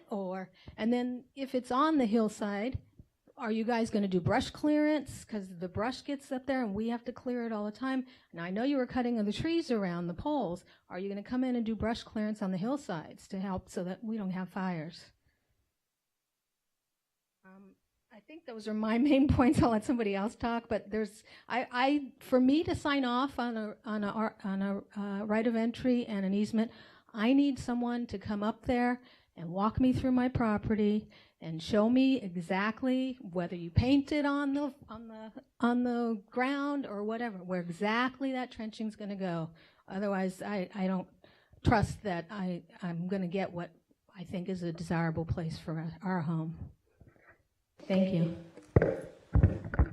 Yeah, so generally as we went through these areas with our designs, we try to keep in mind the impact to all the property owners. So we tried our best to put the equipment in locations that were not heavily landscaped or would require us to move any fencing or any, material. But today I met with homeowners on their property and we reviewed our facilities. So as you hear from our land acquisitions team and you want to have on-site meetings, we're doing that on a daily basis. So do you hold to if you're saying it's here and then all of a sudden I think we need it over there, are you holding to it? And do we have any say in, like, can you move it 4 feet down further? Yeah, so in some case, so that'll be case by case. So, it's going to depend on why we place the facilities where we did. Generally, we can move and adjust our facilities. And when we get request ROE, that will have an exhibit of what you're agreeing to. Any changes that would need to be made because there was an unforeseen obstruction, we would then work with the property owners at that point to find another suitable location. And our transformers are above ground? There's a mixture of transformers. Some are above ground and some are subterranean. It really depends on the landscape of the area, the terrain. Putting above ground transformers is significantly less expensive and easier to maintain for safety reasons for our personnel that go inside of the vaults. So where we can place transformers above ground, we have tried to do that. Well, just to reiterate, I don't see the sense of urgency that you have to trench in the next 30 days when we don't have the telecoms on board with this. Nothing's going to happen in 60 or 80 days if it helps us to get the telecoms on. And then I think I didn't address, so with regards to the landscaping and anything around the area, our transformers that are above ground require like a 3-foot clearance on the sides and back, and then an 8-foot clearance in the front. So typically the front is facing the roadway. And, you know, we do allow for screening, so any placing hedges or, you know, block walls around the transformer so you don't see it on the backside, that is an option. Hi. I'm sorry. Go ahead, Jefferson. Thanks. I didn't want to No. take all the time. No. So, briefly, since you're the master concessionaire of the poles that are up in the air, or the owner of the poles, and you participate with the telecoms, can you give them a ruling on color coding? Because had the color-coded wires that came down on Las Flores been color-coded, the fire department could have progressed through because they were unenergized. So do I have to go to our legislative groups way up in Sacramento to have the telecoms color code? Or is that something you can enforce at your end when you hand out the leases? Color code the telecoms. Thank you.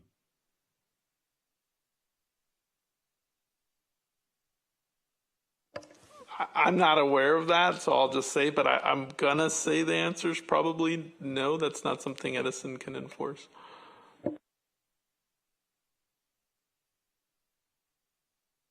Hi, my name's Shannon Kane. I've lived here since the 90s. My husband's lived here since 1940s. And all of the people here have been through terrible loss, a lot more than me, but we've all seen a lot of fires here. Most of them caused by Edison. And I've sat here and I've watched you ask for easements. I sat there I was most affected by the Woolsey fire at my home. And I asked, why are you putting the poles? They did a magnificently quick job of getting the poles back up on Canaan and on Pacific Coast Highway. But I asked, why are we doing this? Why are we putting them up? And they said, well, we're working on it. We're working on it. This was in the Woolsey fire. This was 6 years ago, over 6 years ago. And they said, we're working on getting it, but we just got to get these up temporarily now. That has been going on since the Woolsey fire that I have been asking for my poles. I have 2 overhead poles on my property that they have an easement to go over my property. But I've asked them $130,000 for the permit to get my poles underground. Is that what's going to happen to all these people here? They're assuming you're going to pick up the costs for this. They're going to pay for this underground. So don't make them think that they're not going to pay for their landscaping redo. Don't make them think that that you're going to cover the costs of this. And the permit, you said, oh, well, we're going to expedite that. Well, good luck. How long is it going to be before they get the permits to do this? If you really do it. It sounds really good. Where is our city? Where is our city? It's like we're all here being held hostage by Southern California Edison, which is a privately owned utility that is, part of privately traded. But it's not, they come to my house once a week to tell me they want to trim my trees for the liability of Southern California Edison not to have another fire that was caused by my trees. And my trees are nowhere near those lines, but they do it every week, and they come and they just mark it off on their book that they came and they talked to me. They're not really doing that. But even when they do bring a contractor once a month, which I won't let them touch my trees, but regardless, that's my personal business. They spend more money on the contractors for trimming trees, inspecting properties. I mean, it's not logical. None of this is logical. None of this is logical that these people are sitting here asking you to do things and asking you to do them timely and do them properly. And where's our city making you do that? Where are we as citizens making you do that? We're acting like you're doing us a big favor. You're making a lot of money, and you should be taking care of these citizens. And that's all I have to say. Thank you for your input. We are working to underground, and I do want to make clear the undergrounding is to the property line. So it is true, we do not underground onto private property. Our undergrounding of SCE infrastructure is up into the property line of the customers. And to the extent then that the customer property, the house may be a big setback, it may be a higher cost to move the electricity from that line, the personal property line, to the residence. There are additional costs if the residence is not destroyed, and so we talked about that. Like, they may need to move the panel, it may not need to move the panel. The panel may be able to accommodate underground infrastructure. So it is very case by case dependent, and our folks are, very happy to come out and look at your property and see what may be needed if you are an existing property today as we work on the rebuild. Hello. Oh, so go ahead. I'm sorry. Hi. I came down here because I can't get anywhere talking to Edison on the phone. I can't reach anybody in customer service unless it's an emergency situation. So when I saw this meeting was advertised, I thought it might be a good way to actually get some FaceTime and get some real answers. So I had a couple of things that I wanted to bring up. I didn't lose my home this time, but I lost my home in the Woolsey fire. I spent 3.5 years rebuilding, and I'm one of the lucky 38% who's actually back in their homes. So I have enormous empathy for those people who are going through what I went through, because I really do get it. And I'm sorry if this sounds petty. There's a couple of things that I'd like to bring up, and one of them is the latest bill that I received from Edison for over $900. And I was told, okay, that's 2 months worth of bills. And I said, okay, fine, I can see that. It was a bit of a mess in January. But then I looked at the data on it, and apparently I used the same amount of electricity this January as I did last January. But this January, I didn't have power for over a week. So how is that possible? We had 12 outages, 12 power outages between November and the end of January. These are beyond inconvenient. This isn't just about losing your Wi-Fi. I went out and bought a power bank. I bought a generator. I bought electric flash. I've spent money like going through water, all to try to function because you decide to shut the power off because you think it's safety and it's in our best interests. Well, it really came home to me listening to the lady talk about her seniors, because I had a senior husband, and he got very sick out of the blue last year, and he passed away towards the end of last year on hospice care, with every day in our house an absolute crisis until the day he passed away. And when we had all of these power outages in January, my daughter looked at me and she said, I'm glad that Daddy isn't alive right now, because I don't know how we would manage this. And so you need to think about the impact you are having on people who are dealing with things far, far beyond charging their phone. So that's one thing I did want to bring up. And the other thing I want to bring up is after the last power outage, which I think was January 23rd, I lost count after a while, I would sit there at my desk and the power would come on, my Roomba would start running around, and I would say, oh, great, lights, we're back. Run to get everything charged, put the washing machine on, and start functioning again. And the last time the power came back on, I was sat there and there was a huge bang. And I went, what the hell was that? Because I've not heard that before, and we've been through enough outages in this town to know. I didn't think anything more of it. until it got really cold and I went to put the heating on, and I found that none of my thermostats worked. So I called my electrician out, and he came out and he found that about 20 lights had gone out in my house. My HVAC system was destroyed. My security monitor keypads don't work. That was just the beginning of it. The more I delved into it, I've spent $10,000 so far repairing things in my 3-year-old house. I had an appliance guy at my house this afternoon fixing my fridge, my freezer, my oven, my igniters on the stove. It's endless. And I want to know if you intend to compensate me for these losses, because I cannot afford to go through this every time you turn the power off. You've done me no favors whatsoever. I am out of pocket, and I'm really, really frustrated with it. I don't want to live here anymore if this is what it's going to be like.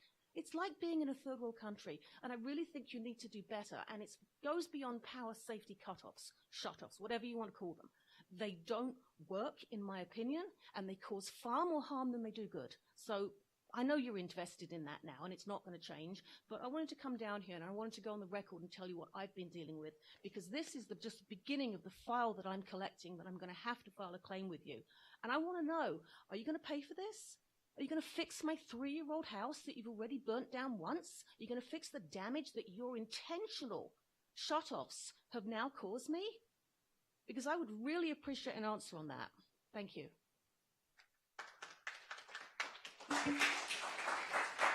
First, I just want to say I'm very sorry for your loss. It's a difficult time, I know, for you. Listen, we recognize truly that public safety power shutoffs can create hardships, and in January in particular, with the length of them, it was tremendous. Please file a claim with the company. We have a claims process, and we'll certainly take a look at it.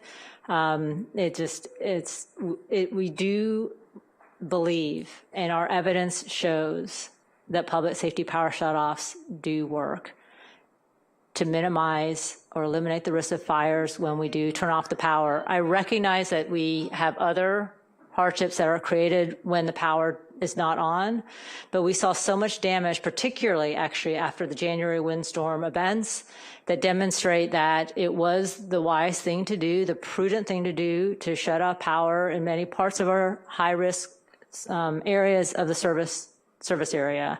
And I know we could have done better in the way we communicated to customers, in the way that we informed customers about the potential for public safety power shutoffs. We had customers who were turned off without any notification. We had customers who were turned off when they experienced no public safety power shutoffs in the past.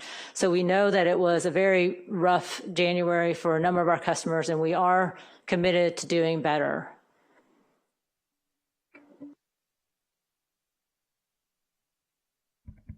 Just add, Caroline, Lori Blackwell with Southern California Edison, and I was just going to mention that afterwards we do have a customer service booth, and if anyone does have any concerns with the billing and the usage charge, please come to the desk and we can pull up your account directly and we can make sure that you didn't have any billing issues. Thanks, Lori. Yeah. Dean Wenner, I'm on the beach at Big Rock. For our community, everything I've heard here tonight is great relative to the above ground things, and I hope you listen to them and do more. My focus is on the undergrounds. So I appreciate the work y'all do, because the construction work is hard enough above ground, but it's like a ballet underground, right? My concerns are that we don't create other problems in the future that we're not used to having, right? So the same problems that happen above ground, excuse me, can happen below ground. Sparking, wires that fail, etc., right? So instead of having a fire above ground, you create gases that can propagate underground. And with the big trenches you're doing, if any of the vaults fail, you can get a lot of other issues. So without getting into all of it, because you know it better than I do, you have all the experience. I'd like to understand how you're going to make sure that the connections are done properly, what kind of QA, QC is in place to be able to do that. Because, for instance, on the beach, we're going to be the low points. You're coming in underground now with that instead of overhead, right? So all the things I just touched on, those could be in those conduits, come up underneath, right? And it would be even worse for us on the beach than a pole arcing, right? So it's really important that that gets done. The other thing is that I'm wondering is, I don't know how long it's going to take us to rebuild. So when you put these connections in and you bring them somewhere close to the property line, how do we have assurance that the connection's good? Because if the connection's not good when we come in to hook up, you're going to want to dig up PCH again. It's not going to fly, right? So just in general, kind of a broad question, but how do we make sure we get it right? Yeah, so for underground equipment that we use, so most all equipment that we use underground is watertight. So even if water does intrude to the structures, the equipment is suitable for that. And then in terms of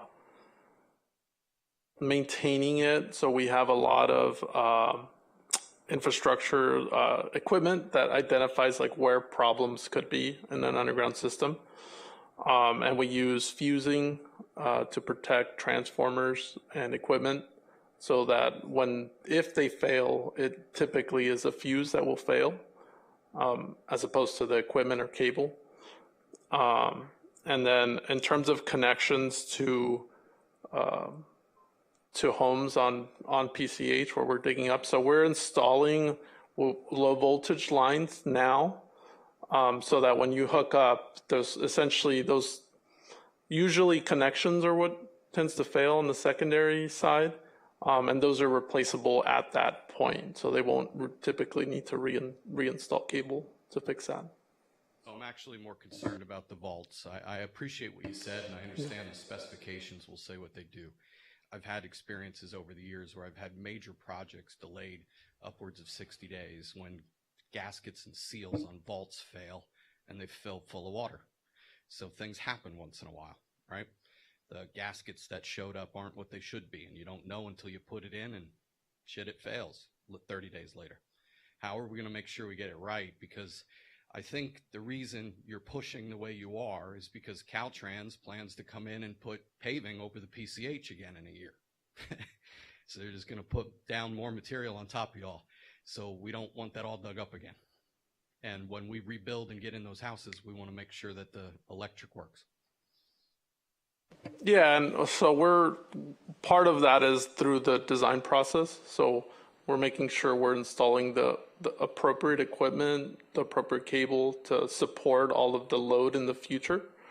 And then we're doing that. We're working with our operations team, our electrical workers, to create that design that we believe is going to be safe and efficient to use. One last thing, and I'll let you go. I love the way some of the other entities around what's happened with the event have put up on the website status documents. If there's things you could do relative to your documents to show us where the vaults are going to be, how things how things will be done, and how you can keep us up to date on your earned value progress, if you will, we'd appreciate it. Hi, my turn. Hi, over here to your left. Hi, my name is Hans Letz. I've been an intervener on the Malibu Canyon fire of 2007. I have a lot of experience with Southern California Edison. I watch you like a hawk. I run the radio station, which, by the way, I've installed $60,000 worth of batteries at my own expense to keep on the air because you can't keep my power up. In 2017, Malibu suffered 17 power pole fires on one weekend because it was the first foggy weekend of the winter, because you had stopped maintaining, you'd stopped washing off the insulators on the poles. We had 17 outages within 2 days. So you're talking to people about how you're going to maintain your underground equipment so that things like that don't happen. I have 3 questions related. First off, how can we expect a company with such a piss-poor record of maintaining its overhead wires to maintain its underground wires any better? That's question 1. Question 2, Southern California Edison, a division of Edison International, your parent company earned $1.06 billion last quarter in 3 months. We hear from you that you're not going to be able to put the power lines in all of Malibu underground until a GRC goes through. You've glossed over the point that a GRC stands for General Rate Case, in which case you are asking the entire Edison rate-paying base to pay increased power rates to underground power lines in high fire risk areas, such as Malibu, others? That's question 2. How are you going to do that? Why are you inferring that these power lines are going to be undergrounded when you're asking Compton to pay Malibu's undergrounding costs? That's question 2. Question 3, every time you do a PSPS, you're required to file an after-action report with the state CPUC. What did we do? When did we do it? And what did we learn? It's much more complicated than that, but that's basically it. Edison has blacked out Malibu multiple times this fall, and I read those reports like a hawk. They're boilerplate. You file the same thing every time. And you gloss over such facts as you say things like, we blacked out X number of customers between Bishop and Malibu, between Santa Barbara and Blythe. But we had a power gust of 70 miles per hour, so that justifies it. I go back and look at the meteorology records. They're posted. That 70-mile-an-hour gust was up at Tehachapi Pass. It wasn't in Malibu at all. You are filing misleading after-action reports with the state. We all here know that you guys turn the powers off when the winds are 30 miles an hour sustained or 39 miles an hour gusts, when your forecast says that. But the actual winds that we measure here are far less than that.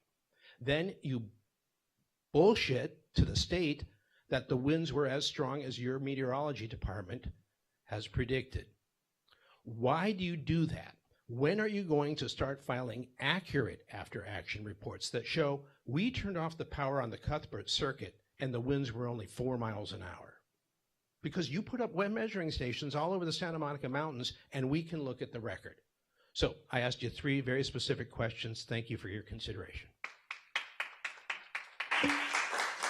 Thank you for your questions. I'll start with the last one and we can go backwards. So we do file PSPS post-event reports. We believe they are accurate post-event reports. I recognize that you disagree with me on that. We do see, first of all, we do not de-energize on a forecast. So we notify customers on a forecast, certainly. So when we have a forecast that does show that wind speeds could be beyond the threshold for de-energization, customers are notified, or at least we try. We try to notify customers when the forecasts are that way. We only de-energize with actual weather conditions. And we are looking across the service area, but we're looking at weather stations that are closest to those circuits. So, when you look at the Malibu area and the circuits here, we're not looking up at the Tehachapi. We are looking at the weather stations here in the Malibu area and whether they are at threshold. And those post-event reports do show by circuit. So we do show each circuit, the customers who were impacted, including medical baseline customers, critical care customers, the length of the outage for those customers, and whether their notifications were given and that sort of thing. So I don't think we are disingenuous about our post-event reports, and we are working, like I said earlier, to improve our PSPS performance. We recognize that we continue to have challenges, in particular in January, and we're working to address those. In November, you filed for the November 19th PSPS that there were peak winds of 70 miles an hour. That's what it says in your report. There were no winds like that anywhere in Los Angeles County, just for the record. I go through, I can show you, and we'll be happy to, line by line, where you guys have misled the CPUC and falsely turned off the power in Malibu for winds that occurred far, far, far away from here. Okay. But please continue. On the general rate case, is it's a forecast of investments over the next 4 years. So it's for 2025 through 2028. It is not just for targeted undergrounding. It is for investments to strengthen the grid. It is to get ready for increased electrification that we are seeing here in California, particularly in our service area, primarily driven by transportation electrification, but also with building electrification as new building codes are promoting all all-electric construction. And so it's critical that the electric system is ready for that increased demand on the system, and that is what the general rate case covers. It does include targeted undergrounding, as I mentioned, and those costs are spread to all customers in the service area. There are things that we're doing in different parts of the service area that may benefit customers in that specific area, but it is to have a stronger, more resilient system across all 50,000 square miles. While there may be increases as a result of a general rate case, there are things that come off the bill as well. So, as power prices come back to normal, so we had some price increases with gas prices increasing pretty significantly in 2022. As those go back to a more normal price, that is reflected in electric bills. We also had some procurement requirements that were put on us by the commission after we had the rotating outages in 2020, you may recall, in parts of California. And so at the time that procurement, called resource adequacy procurement, the prices were quite high.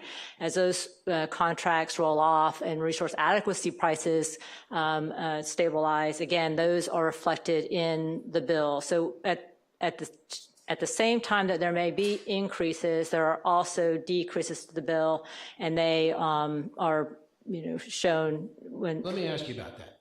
After the 2018 Woolsey fire, Edison came in and restrung power lines in Galahad, in the fire area out at Zuma Beach. You then took those lines down and put up hardened plastic-coated lines, insulated lines, and you decided as a company that those would be safe. PG&E went underground and raised their rates a great deal of money in order to pay underground. You told us covered conductors were safe for hardening. Now we are hearing that in order to adequately protect eastern Malibu, you're going to underground. What about western Malibu, where the ratepayers have already paid to harden the systems there? Are those lines going to be replaced a third time? And let's get back to the issue that I started with. Southern California Edison's parent company made $1 billion in 3 months at the end of last year. You made bad decisions. You put up the wrong kind of power lines in western Malibu, and now you're replacing them in eastern Malibu with underground lines.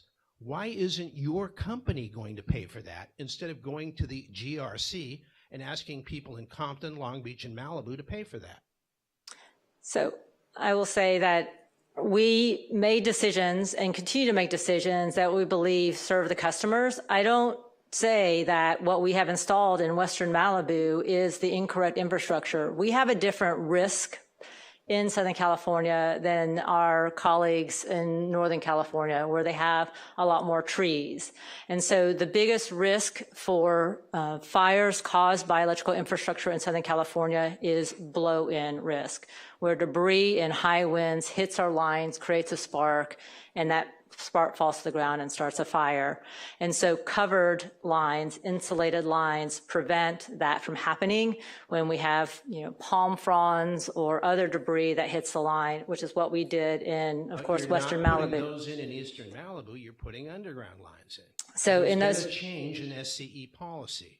No, we are still. Because you didn't put underground lines in western Malibu. We are still installing cover conductor as well in our service area. So let me just be clear, we have not adopted a policy of 100% undergrounding of our distribution lines in high fire risk area. We are using a combination of targeted undergrounding, continuing to use cover conductor, and in those high fire risk areas.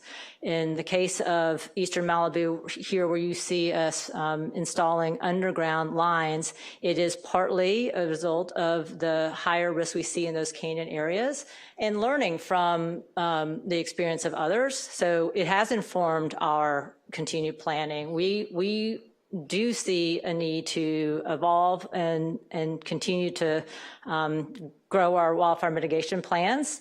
As you probably know, we file those also regularly with the commission, and those wildfire mitigation plans inform our general rate case. I appreciate that. Are you going to underground western Malibu? I don't know the circuits that are, you may know, Damon, what's in our plan.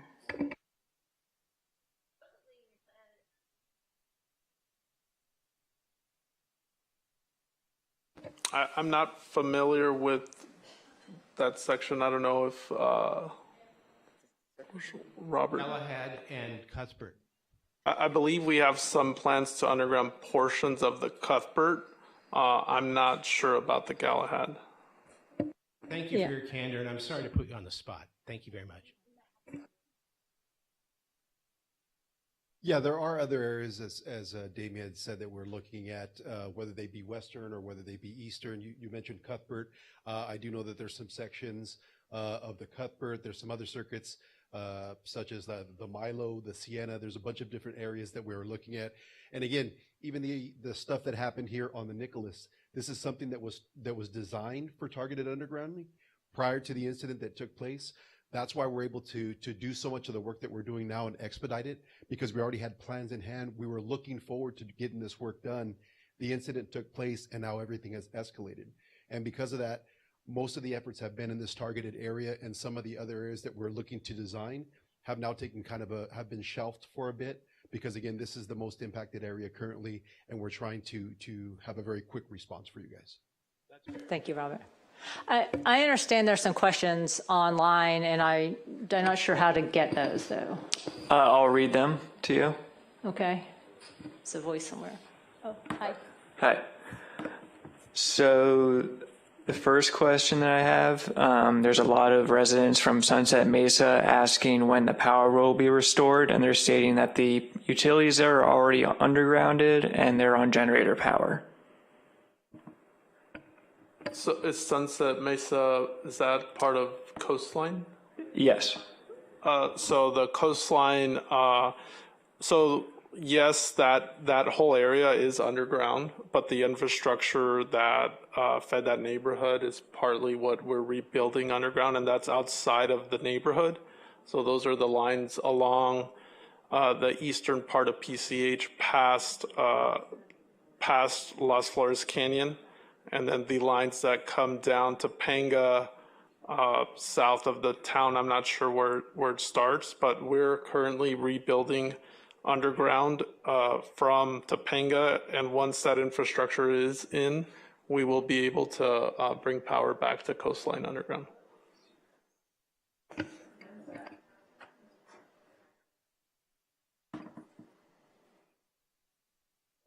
And that timeline is about 5 months.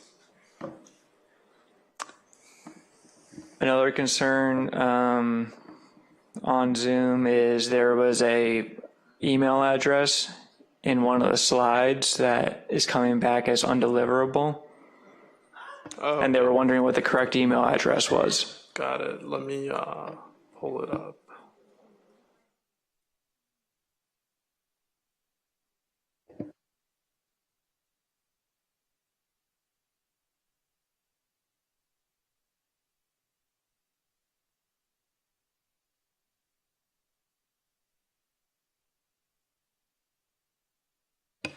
It was the Palisades Electric Service at SCE.com.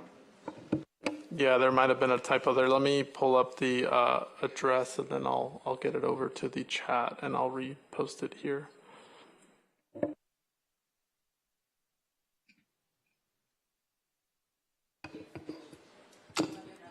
Yeah. Another question is, once you underground all the Nicholas circuit, will it no longer be subject to PSPS?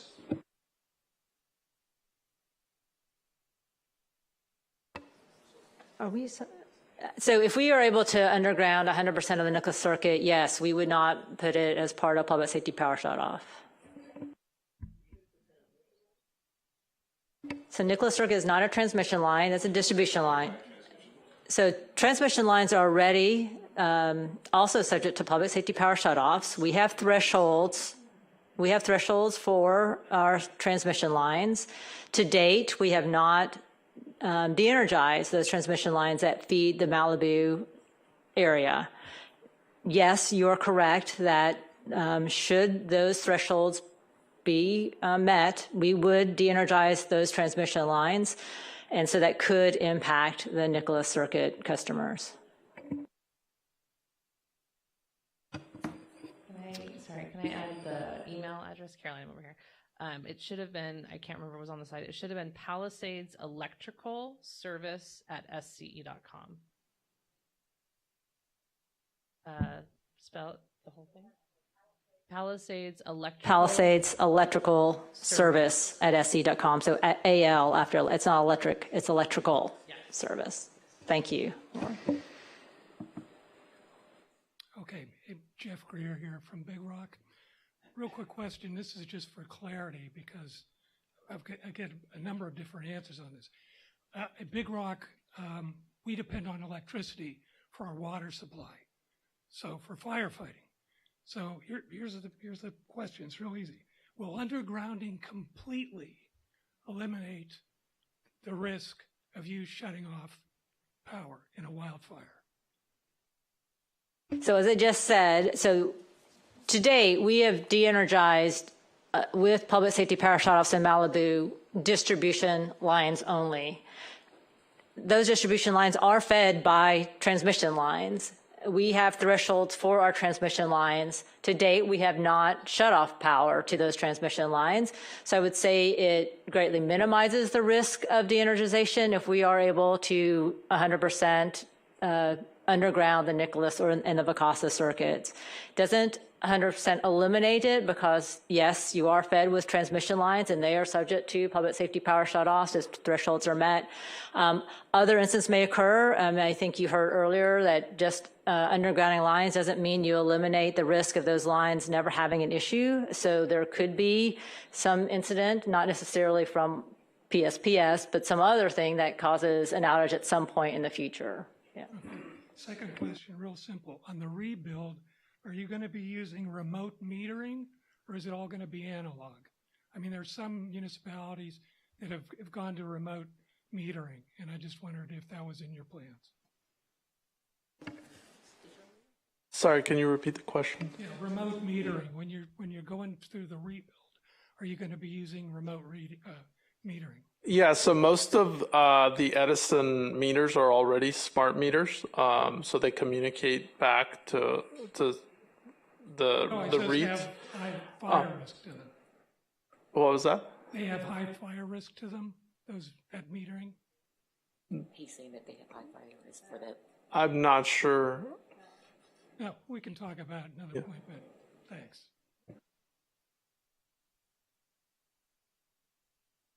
Yes, I know we apparently have a hard stop at 8, so we're going to try and move the questions here along because I know we want time for customers to be able to ask their specific residents and neighborhood questions. So I'll try to talk faster. Ladies first. Thank you. I'll try and be quick. First point, last time I checked your website, the latest update on undergrounding the lines was June 2024.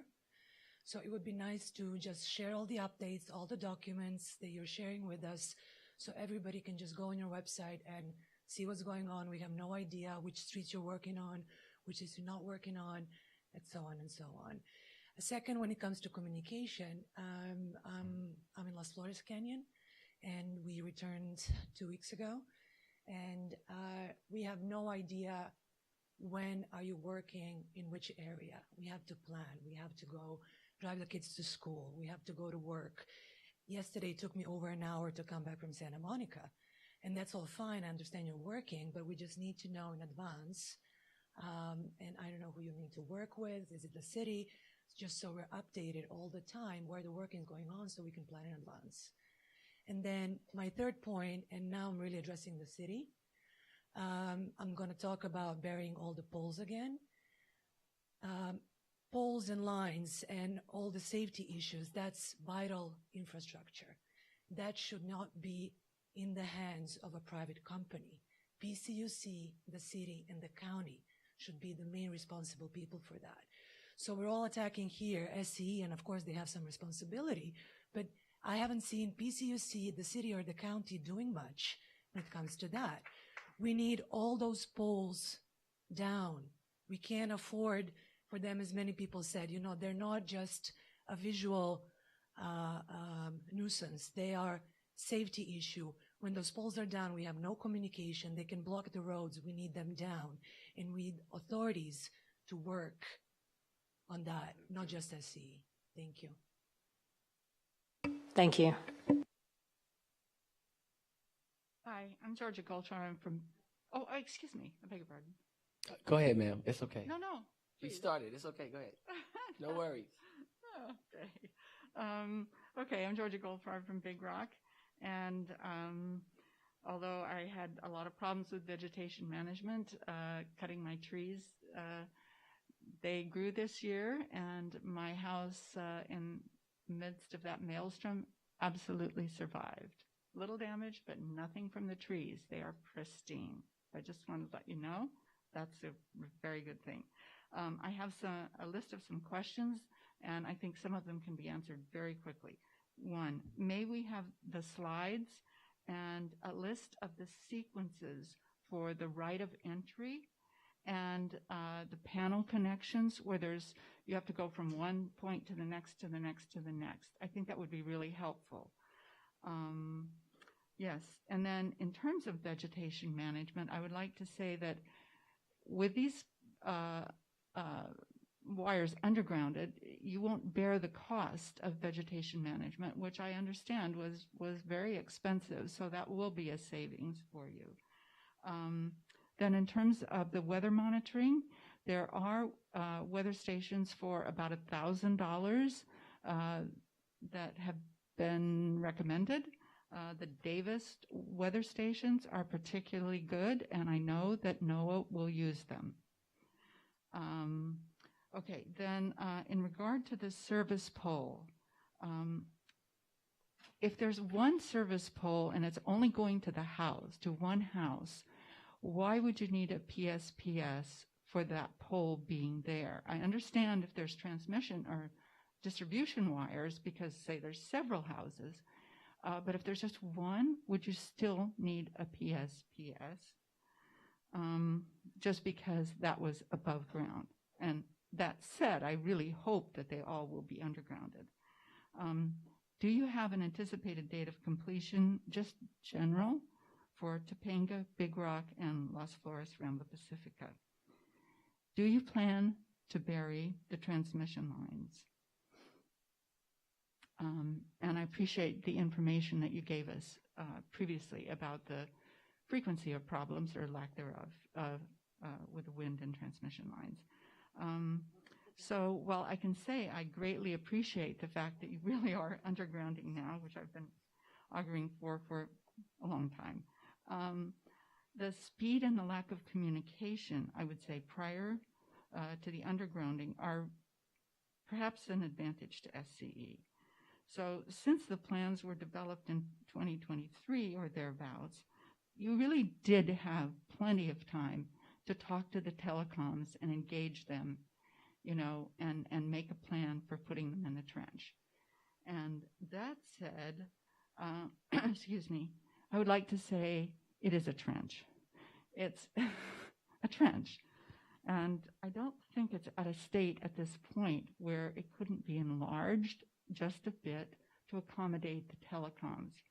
So given that Big Rock is not in such a rush, I don't understand why you can't now negotiate with the telecoms who may have more incentive now so that they can contribute some of the cost, just dig a little bit more through the slurry to, sorry, to make it big enough, and go forward with undergrounding them in one trench. Thank you. And meanwhile, you can also, you know, work on getting the right of entry and the easement signed off. Thank you. Thank you. So I'll just touch real quickly. So the slides, yes, we can make those available. We certainly can also include the sequence of the rights of entry, although that's included at a high level here in the slides. The panel moves is not part of this deck, and so we can work to try and provide that information separately in a follow-up. You're correct that there is savings from no longer having to do veg management on those underground circuits.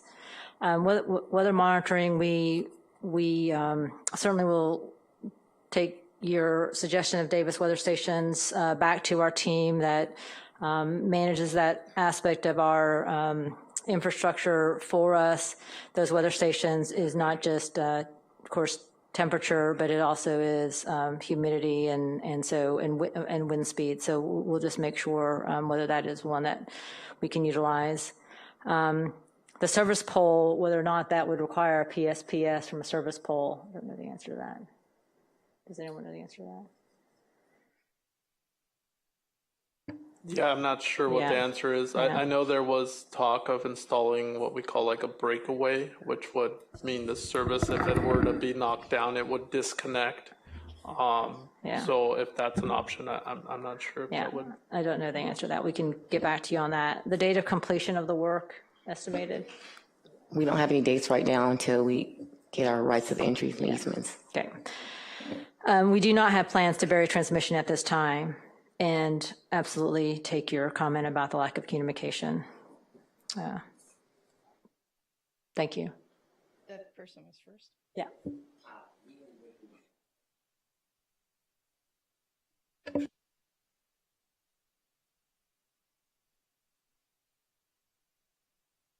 Wait a minute, they can't hear you.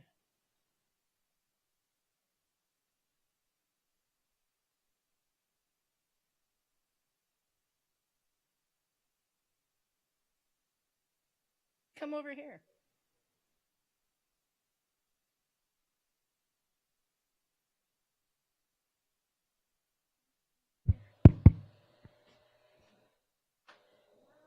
Come here.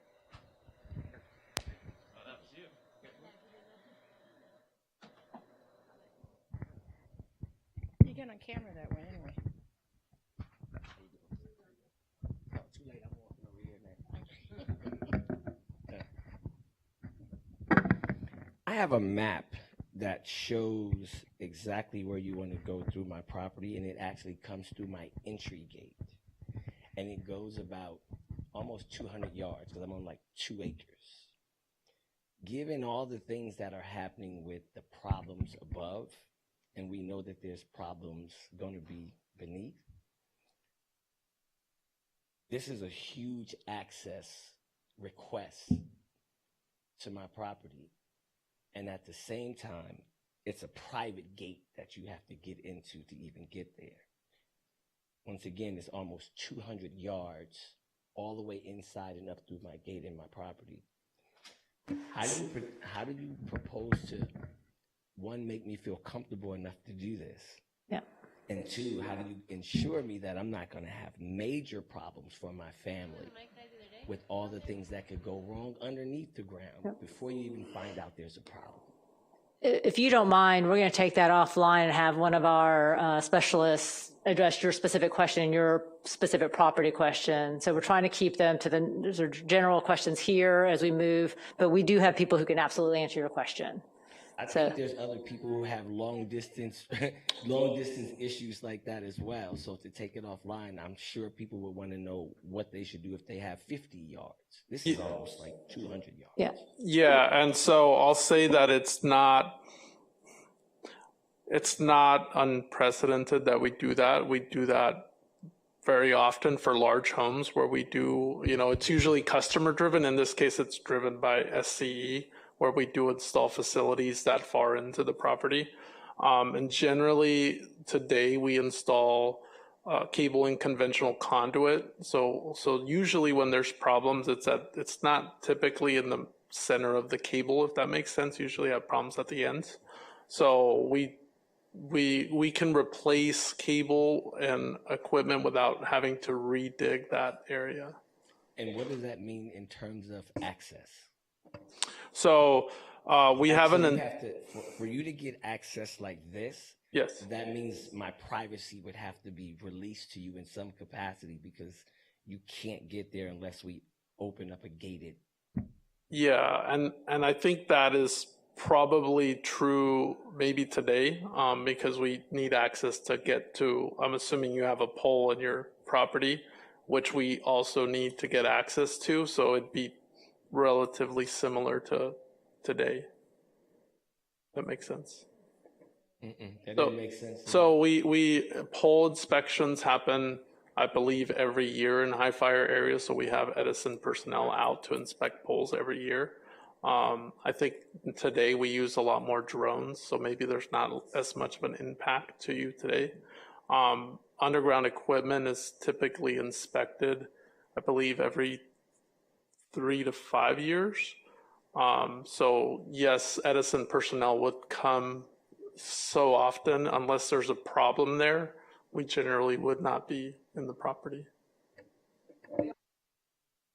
We also plan to hold neighborhood meetings, and so you'll get more information specific to your neighborhoods and specific to your properties at those meetings, and hopefully that will help to address specific questions you may have. Although I recognize, thank you, sir, for your noticing that it's an issue that many customers may have in terms of access behind gates or walls and that sort of thing, and distance. So thank you. Do we have more questions online? Oh, sorry. Yes, ma'am. Yes, Marissa Coughlin. Let me start with the PSPS first, if I may. Melanie Gooseward, the woman that talked about her husband's passing and all of that, I've had the same issues. And I had filed for medical, my husband's doctor sent a letter in, and he's recently passed away. There were a lot of, I had police, sheriffs coming to my house numerous times because the physicians weren't getting the transmissions from his digital, even with the generator, and they thought he died, and he hadn't yet died. So that's one thing. Also, there are seniors, as the other lady was speaking to, that during the power shutoffs, I've been going around giving them camping lanterns, and I'm lucky to have a company in Oklahoma City who's been sending me 2 a month. And one gentleman, I went in, and he thought he had gone blind because the power was off. He fell asleep in his chair. And I went in, and not only helping him fix out all his medicine, he didn't know what time it was, didn't know how he took his medicine, it was all over the table. I had to clean him up, and you can figure that one out. There's no communication when we have power shutoffs because there's no internet. I'm just putting in Starlink as well. But those of us that have to work can't work. Those of us that have communications can't communicate if everything's digital. It's not like the former days where a sheriff would go around and say, evacuate or something.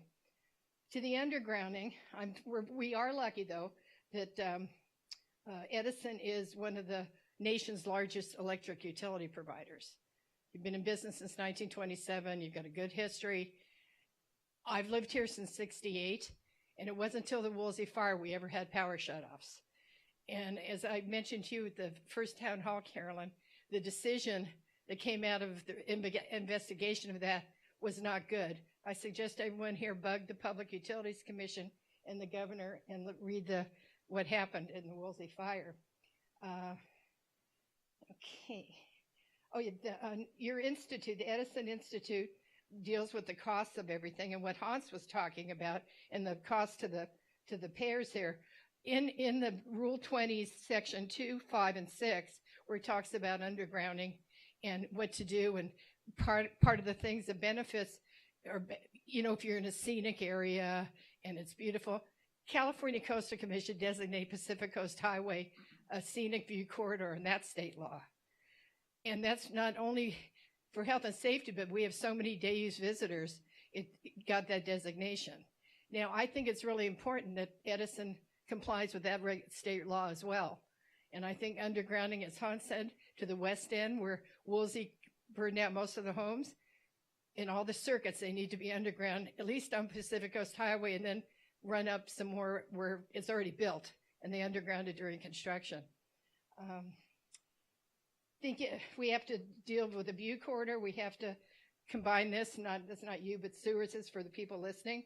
And the Caltrans beautification will be an impact to that. So community, please pay attention to that as well, or we'll be digging up the highway till 2096. I think most of the other people covered the things that I was going to talk about, but the health and safety, and I don't understand this. Why is Edison offering $50,000 STEM scholarships if they don't have the money to underground utilities? That's what I'd like an answer to. And I'm a little confused that your website almost looks like Amazon now. You sell generators and everything. That's a little confusing. And right now in California, out of 221,000 miles of distribution lines, only 33% are, covered. And you have, not personally, 50,000 square miles, and there's a lot of it that you don't have the impacts that we have here. So if you could switch some of those undeveloped areas or lesser areas to the more density, we'd really appreciate it as well. Thank you. Thank you. I appreciate your comments, and not a lot of questions in there. So we will certainly take your comments back to the company and put that into our plans. I guess you had the one question about the Edison scholarship. As you may have read, we do offer 30 high schools every year, 30 high school students that are focusing on STEM education, science, technology, education, or math, a $50,000 scholarship. And that is not paid for by customers. And so the infrastructure is a cost that is borne by customers. This scholarship is one that is paid for by shareholders. So just FYI on that. The marketplace that we offer is designed to help customers with selection of technologies that may assist them, and as they think about going electric or backup generators or battery systems. And so that's what the marketplace offers to customers, is just a place to I guess see a selection of those technologies that they can get from our marketplace, and on Amazon, of course. Sorry, I forgot one last thing. When we use our generators, which I've had to do, I have adjacent neighbors, 21, and the volume of the noise of the generators is so loud, we're having to put stuff out to buffer the noise, and we still can hear it. And then we have to haul that stuff, all of it, back in our garage when we're not using it. So we can't park all our cars in the garage. There are so many impacts by the power shutoffs. I really would like to, at some point, talk to you, give you facts, dates, and locations. Hans was great with what he said. And I think it's really important. You can't live this way. It's not a way to live. It's a way to protect from fires that also has to do with MRCA and a lot of other reasons. So I'd like that opportunity. Thank you. Absolutely. Are there more questions online? Otherwise, we do have more questions. Otherwise, we can maybe move to the booth. There's a question. How is it that areas of Rambla and Tuna in unincorporated LA County have detailed plans, language in the agreements that requires removal of poles within 180 days of energization, while in City of Malibu, SCE is still expecting to leave the poles with telco lines on them?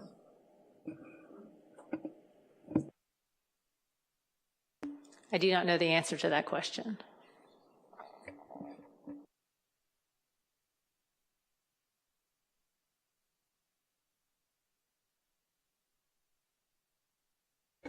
I can't speak for the what's out in the county, but I do think Public Works. We have anybody from Public Works? Rob, there you are, Rob. Yeah. So, good evening, everybody. My name is Rob DeBow. I'm the Public Works Director for the city. Yeah, we're working with SCE and our planning department. We have seen the coastal development exemption that the county has put together. We're going to be working with Edison and our planning department to have a very similar kind of language that we're going to put in our coastal development exemption. So we are working with Edison. We know the urgency of what they're doing, and we're trying to make this process as smooth as possible. But the end goal is to do our best to try to remove the poles for all the neighborhoods, for all the reasons that everyone's talking about, for safety. And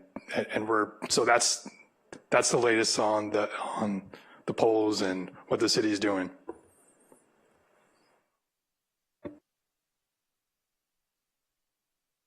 Are there any other questions here or there? No? Okay. So we have a number of Edison folks here to answer specific questions about residences or neighborhoods. You can see on these maps to the left, the right, and here up front, the work that is planned on the Nicholas and Bacasa circuits, and we have folks who can answer those questions for you if you want to queue up around some of these maps. We have customer service outside who can also answer questions about billing or any of our programs and services. And of course, land acquisition and folks who can answer questions about our overall plans on our undergrounding. So really appreciate your participation this evening. Appreciate the questions. Thank you for those who have participated virtually. And we do hope this will be not the end, but the beginning of the continued conversation that we want to have with the community and with particular neighborhoods as we move forward. So thank you very much. And I'll close out by saying Caroline and the SCE, Southeastern Conference, Southern California Edison, for being here and taking the questions and being up front as much as you can be. So thank you very much. And as you said, the booths are outside. I understand that Frontier and Spectrum are not here. We'll have them hopefully at another event. All right. Thank you very much.